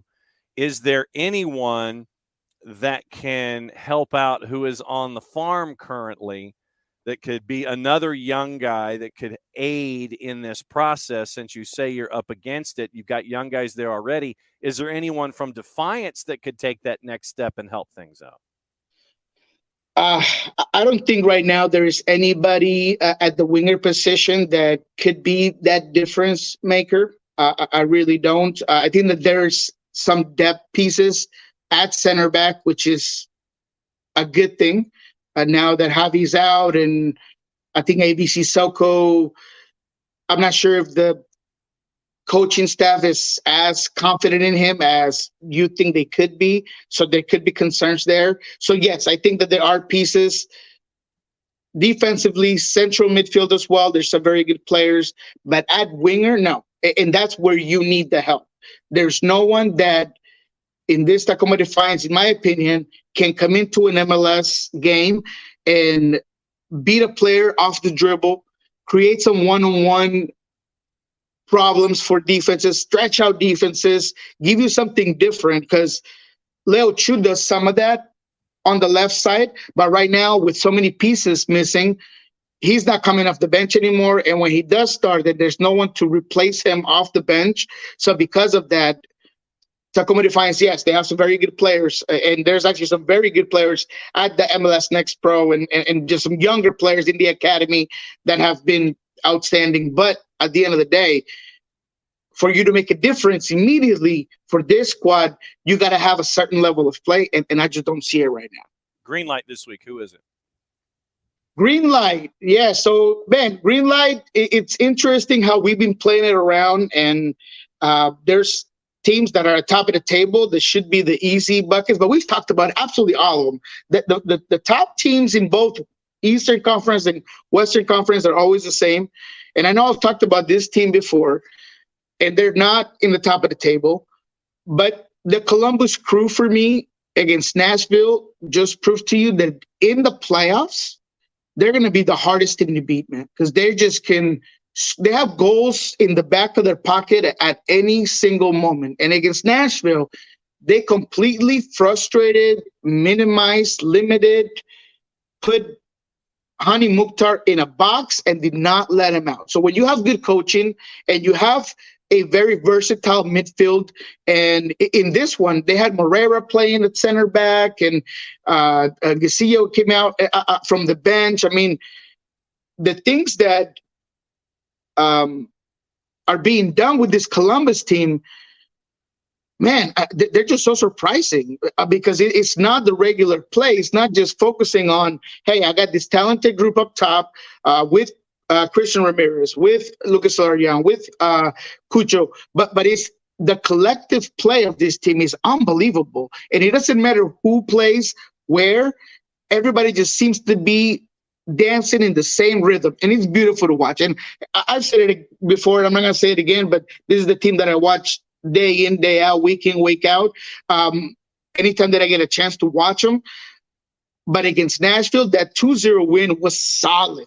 And I mean, it seemed like they were always in control. Even when Nashville got around to being dangerous and getting forward, it just seemed like Columbus knew that it was coming, and they were just able to close down spaces, and they would play a little bit deep, and then they would at times select when they wanted to press higher. I mean, it was just such a good performance that Columbus at number 5 and the 5th position in the East, for me, they deserve the green light, no doubt about it.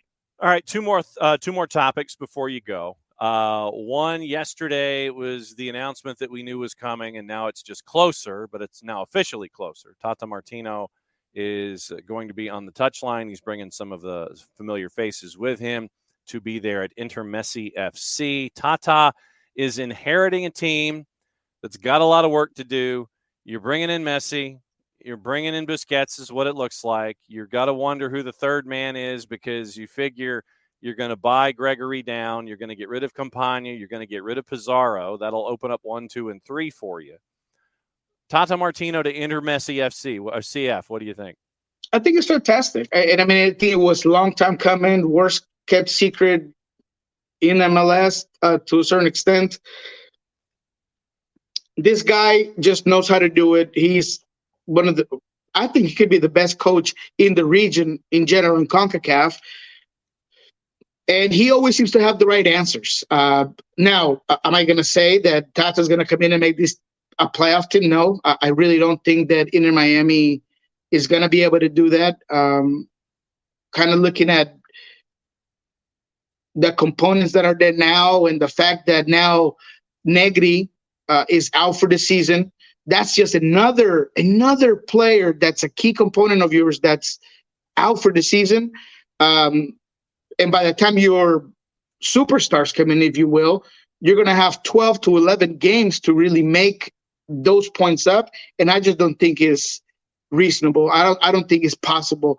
But Tata Martino in general, man, I think that he changes your franchise in all aspects because it gives you that veteran voice. It gives you someone that's respected in the entire continent. It's a coach that's also a scout, and that he could pick up the phone and call someone who he's been watching for the last 6 months that you have no idea who they are, and they're immediately going to want to come and play for you, right? Has a good rapport with every single player that I've ever heard of. He's someone that is an X's and O guy, but can also be a motivational guy. So I just think he's a very balanced, extremely experienced and successful coach. So I think it's a no-brainer. And it also gives the fan base and the players not the need of winning now. I mean, when Tata is sitting in the bench, you're like, you know what? We're going to start the process from here on out, but we know that the future is bright because that's what he does. He knows how to build teams. He knows how to get it right. He's not going to be, obviously, a magician and change it right now, but he's going to give every single player the trust that this franchise is going in the right direction, and it's something that they haven't had since they got in MLS. Ever since Inter Miami got in MLS, there hasn't been a coach that got on and gave everybody the trust that they were going to be in the right hands. Now with Neville, now with Alonso, now they have that guy that for me is a game changer for this franchise in general. All right, and since you mentioned CONCACAF, what have you seen in Gold Cup so far with the matches? We're 2 matches through most of the group stage for some. Is El Tree back? Are they back with a 4-0 win? Is El Tree back? A Gold Cup's been interesting. I think if there's been one conclusion is something that Roman Torres mentioned to us in that interview that I hope some of your audience went and checked out at Pulso Sports. But he just said, CONCACAF right now, it seems like everybody's moved up in levels, whether it's, the island teams, Haiti, Jamaica, right, Canada. Everybody's kind of a step ahead. And maybe Mexico has kind of fallen asleep a little bit, and they've had some issues at staying consistently better. So they're no longer the giant in the conference. And that's what I kind of see some of these games, right? The draw with Canada that everybody was kind of like amazed about. And yes, of course, it's a huge deal. But at the end of the day, it just kind of shows you where the league is at in terms of, the conference, right? In terms of L3, they're the one team with Jamaica that has their best squad in here. It was no secret that the United States is checking some of these guys out. This could be their B team, right, if you will. I don't know if I call it the C team like a lot of people are calling it, but, BC, whatever, right? You have a lot of players that you're trying to see, that you're trying to watch. El Tri goes and beats down on Honduras, a very bad Honduras team. They gave off them all kinds of easy goals. But at the end of the day, I just don't think that they're back. I just think that they're desperate. So they're putting all their eggs in one basket and is making sure that they win this Gold Cup. But that could be a two-edged sword, because if with this team, their best team by far, even though they might be missing 1 or 2 pieces, this is the Mexico national team with their new hero at hand, because now Lozada has been the guy that's going to make it all right. And, we got rid of the dead weight with Coca, and he's this young, talented coach. If they don't win it and they get some bad results, I'm not sure what's going to happen to the Mexican Federation, man. If they get bounced out of this cup with this team, which is possible, because this U.S. men's national team might not be the best, but it's not bad. It's a very good team with some good components. They can attack you many different ways. I think Jamaica as well has shown you that they want it pretty bad. So that's going to be the biggest competition in terms of desire for Mexico is Jamaica. But yeah, I don't think El3 is back. I just think it's obvious that this Gold Cup wasn't top priority for absolutely everybody, and Mexico's taking advantage of that. Number 14 in the new FIFA rankings, Uruguay at 16, Colombia 17, Peru at 21. The U.S. ranked number 11 in the new rankings for FIFA for the Americas. What is the latest at Soccer Bar and Pulso Sports, my friend? Well, Soccer Ball will be fun today. We're going to be talking about all these Gold Cup games to stride. We're going to have some interviews from the USMNT national team players after the Honduras win. We're going to check into what's really ahead. We're going to break down some of these U.S. men's national team players that could potentially help that A team when it comes down to Copa America and maybe 2026 World Cup. Of course, we're going to break down the week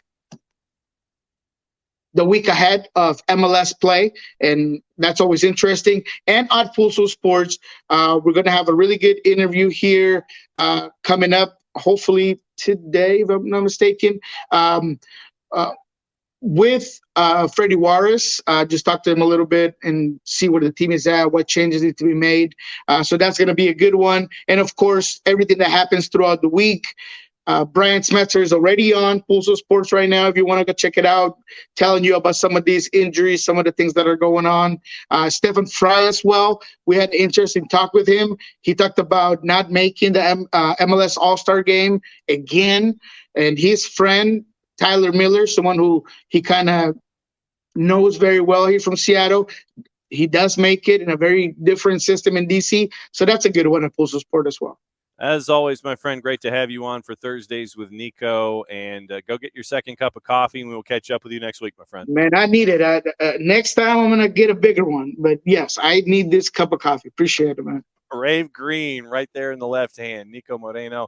He is going to check out, and we're going to go through all the news that's fit to print before we go because we are in added time. Because we've had a lot of guests today. Once again, thanks to Bart Keeler for hanging out with us to talk USMNT at SoccerForUSPod at Bartimus Prime 19. Kaylor Hodges came on at Kaylor Hodges, Kaylor Hodges, Hodges, from at the USL Show to break down everything in USL Championship. And obviously Thursdays with Nico El Rolo and W at Sports Pulso and at the Soccer Bar.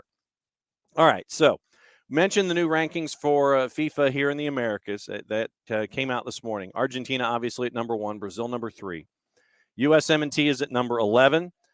Mexico is 14. Uruguay, 16. Colombia, 17. Peru, 21. Chile, 32. Ecuador at 40. Costa Rica, 42. Canada at 45. Paraguay at 48. Venezuela, 56. Panama, 57. Jamaica, 63. El Salvador is at 76. From our friends at Loud United, Segra is going to host an international friendly between Ethiopia and Guyana as a part of the Ethiopian Football Federation U.S. Tour. That is going to Leesburg, Virginia. That is on Wednesday, August the 2nd, as a part of their tour. So very cool stuff that Segra Field is getting. Some notifications there and getting some love and some alternate dates. FC Cincinnati has extended the loan of Yerson Mosqueda on loan from Wolves. And that is through the end of the 23 season. The club announced it this morning. Mosqueda has made 16 regular season appearances, all starts, scored 2 goals, including the game winner on April Fool's Day against Inter Miami in the 1-0 home win. He has a team-high 35 interceptions, 4th most in MLS. Earned a senior call-up with the Colombian national team for friendlies in the June window for youth appearances for his country. Signed with Wolves back in 21 on a 5-year deal from Atlético Nacional. So the loan has been extended for Yerson Mosqueda till the end of the year. RSL has added Colombian Nelson Palacio from Atlético Nacional. Joins as a U22, eligible to appear as early as July 8th versus Orlando, pending visa and the international transfer certificate. Also on the board this morning, it is, we mentioned all the other news with what's going on, $105 million. Declan Rice has been given permission to undergo the Arsenal medical. Arsenal completed the signing of Kai Havertz from Chelsea. James Maddison is with Spurs. Manchester United continue their talks in Chelsea, trying to get Mason Mount signed. And Villa wanted the long-term target Pau Torres in a $55 million deal. The other news involving Manchester United, obviously with that saga continuing, it looks like bid number 5 is on the board and in the discussions when it comes to Manchester United. What's going on there? Arsenal feel a deal. This is from Ben Jacobs. Arsenal feel a deal for Ajax's Jurrien Timber, getting really close, expected to be just over $40 million. Optimism talks can progress quickly. Villa got the agreement with Villarreal to sign Pau Torres. That was when the show started this morning. Jamie Vardy is not going to be joining Kalige FC. Rob Dorsett from Sky reveals that. The move wasn't right for his family. Kalige had some reservations over Vardy's injury record, given that he wanted a net salary in Saudi Arabia of €4 million. James Bangi understands from CBS that multiple Saudi clubs were approached via intermediaries working on Vardy's behalf, but the Leicester forward is not sold on the Saudi Pro League. N'Golo Kante has bought Belgian side Royal Excelsior Virton. He's going to take charge as an owner on July 1st. News for Arsenal on the women's side. Canadian forward Chloe Lacasse has joined from Benfica. Chelsea's pushing for Moises Caicedo this week. Belief remains £70 million plus 10. Stands a realistic chance of getting it done despite the £100 million plus pound price tag suggestions. Brighton want about as much as they can get. They'll accept Caicedo is going to leave this summer. The update on Manchester United from Ben Jacobs. 9-2 Foundation is more positive following their improved fifth offer. There's also still skepticism over the Glazers' intentions. Those close to the group view the most likely outcomes as a Qatar win or a no sale and are still in the dark. NEO sources to Jacobs insist it has not been communicated to them that they are out of the race, but insiders indicate their bid will struggle to gain board approval in its current form.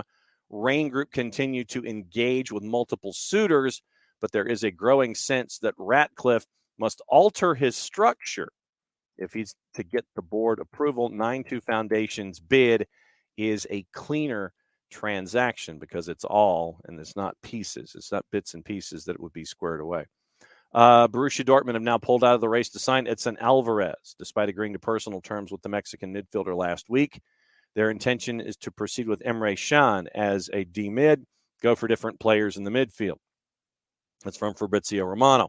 Al Nassr not giving up on the Marcelo Brozovic deal, insisting and pushing to convince the player that it's only up to Brozovic. Not over yet. Inter had agreed on a €23 million deal last Sunday, still waiting for the final outcome there. Manchester United had new direct talks within the hour to be informed on Onana in the last 24 hours, highly rated by Erik ten Hag. Still waiting to clarify the David De Gea situation before deciding on an official proposal. Inter want at least €50 to €55 million. French and Belgian clubs interested in signing Mali's Mamadou Traore. Union Saint-Gilloise is leading the race there.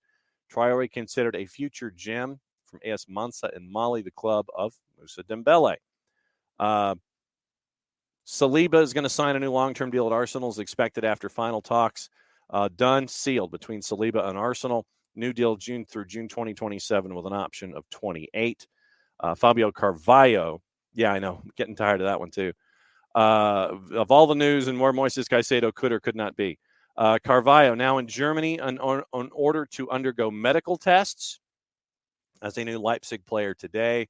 Fabrizio Romano says it's a done deal. It's over the finish line. Here we go, confirmed. Closed on loan. No buy option clause as expected or wanted by Liverpool. Understood that Barcelona have told Santos, also with formal communication, that they are not matching the Chelsea bid for Angelo Gabriel, €15 million. Barca are only focused on sealing the Vitor Roque deal. He's the one Santos will now proceed to sign an Angelo deal with Chelsea. The Pau Torres contract valid till June of 28. Unai Emery will have the center back he wanted since day one at the club. Lucas Hernandez signing a new deal with PSG. Contract valid till 26. Already in Paris with FC Bayern authorization as documents are ready. Considered untouchable by former Bayern directors. Changed with new management. Let's see. Pau Torres had a lot of stuff going on this morning. Ethan Monieri and Arsenal together. They're going to keep the 2007 born. Wow, 16 years old. Club sources confirm the plan to get it done soon. Talks advancing, progressing well. Kim Min-jae to Bayern. Here we go. We mentioned Lucas Hernandez and Pau Torres. The other pieces of news before we go. Now it is going to be adjusted where the terms of a sale cannot be budgeted over the full length of a deal. It's only going to be structured over 5 years. You can only defer the costs and average them out over a 5-year period now. Players who are already in deals longer than that, like Mikhailo Mudryk, who's under an 8-year deal, you can't do that anymore. It's now just 5 years is the max that you can budget out those kinds of costs. The transfer costs now only budgeted over a 5-year deal as opposed to anything longer than that. And one of the other pieces of news that I want to see if there's a quote that's attached to it. Let's see. Grimsby and Huddersfield Town looks like they're going to try to have documentaries or docuseries done to follow in the success of Wrexham. ESPN Plus is going to stream the Wrexham League Cup game. We'll keep an eye on all of that. The Everton folks may not move into their new stadium until the 25-26 season. We'll keep an eye on that. Bramall Dock, we all know about that particular situation. Should finish in the middle of the 24-25. However, they have to decide whether to relocate to the new 52,888 seat stadium in that season, or Everton can hold off until the beginning of 25-26. We talked about the reorganization of the board of directors. Some folks still saying Everton confirms the new stadium completion back in 24, and they're waiting till 25-26 to leave Goodison Park. So we'll keep an eye on that. Apologies to Tom Russo in that regard, that they're going to be waiting for at least another year. The transfer loophole, UEFA blocked it now. So we'll have to keep an eye on that. And I've got to see if I can find the quote. Kevin Nagel had his press conference involving his purchase of Huddersfield Town. And I'm guessing that that's part and parcel as to why you're seeing the activity involving Huddersfield and the docuseries. And Kevin Nagel is also mentioning that before they relocated to Hard Health Park in the middle of 2014, they played at 20,000 seats Hughes Stadium. The current venue can hold slightly more than 11,000. Remember, they were a part of possibly being Team 30. That didn't work out. That went to Mohamed Mansour, who's going to pay $500 million to settle in San Diego. So Sacramento decided that they were going to go ahead and do the rail yards project. Proposed seating of 21,000. Construction would have finished ahead of the 23 MLS season. Delays in actual entry. Construction went on standby. Consequently, the land sat vacant. Plans demonstrated seating capacities north of 25. It would have a bigger stadium than 18 stadia in Major League Soccer. Updated stadium proposal called for a 12 to 15,000 seat facility, may be enlarged in the future should demand justify it. It's not dependent on the MLS bids renewal. Mike Cherry of local Sacramento TV reports that the Quails owner Kevin Nagel has promised an announcement on a new stadium in the city within the next 60 days.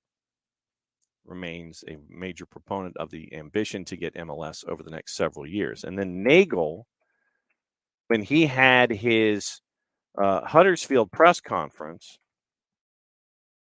to introduce the fact that, hey, I bought Huddersfield Town.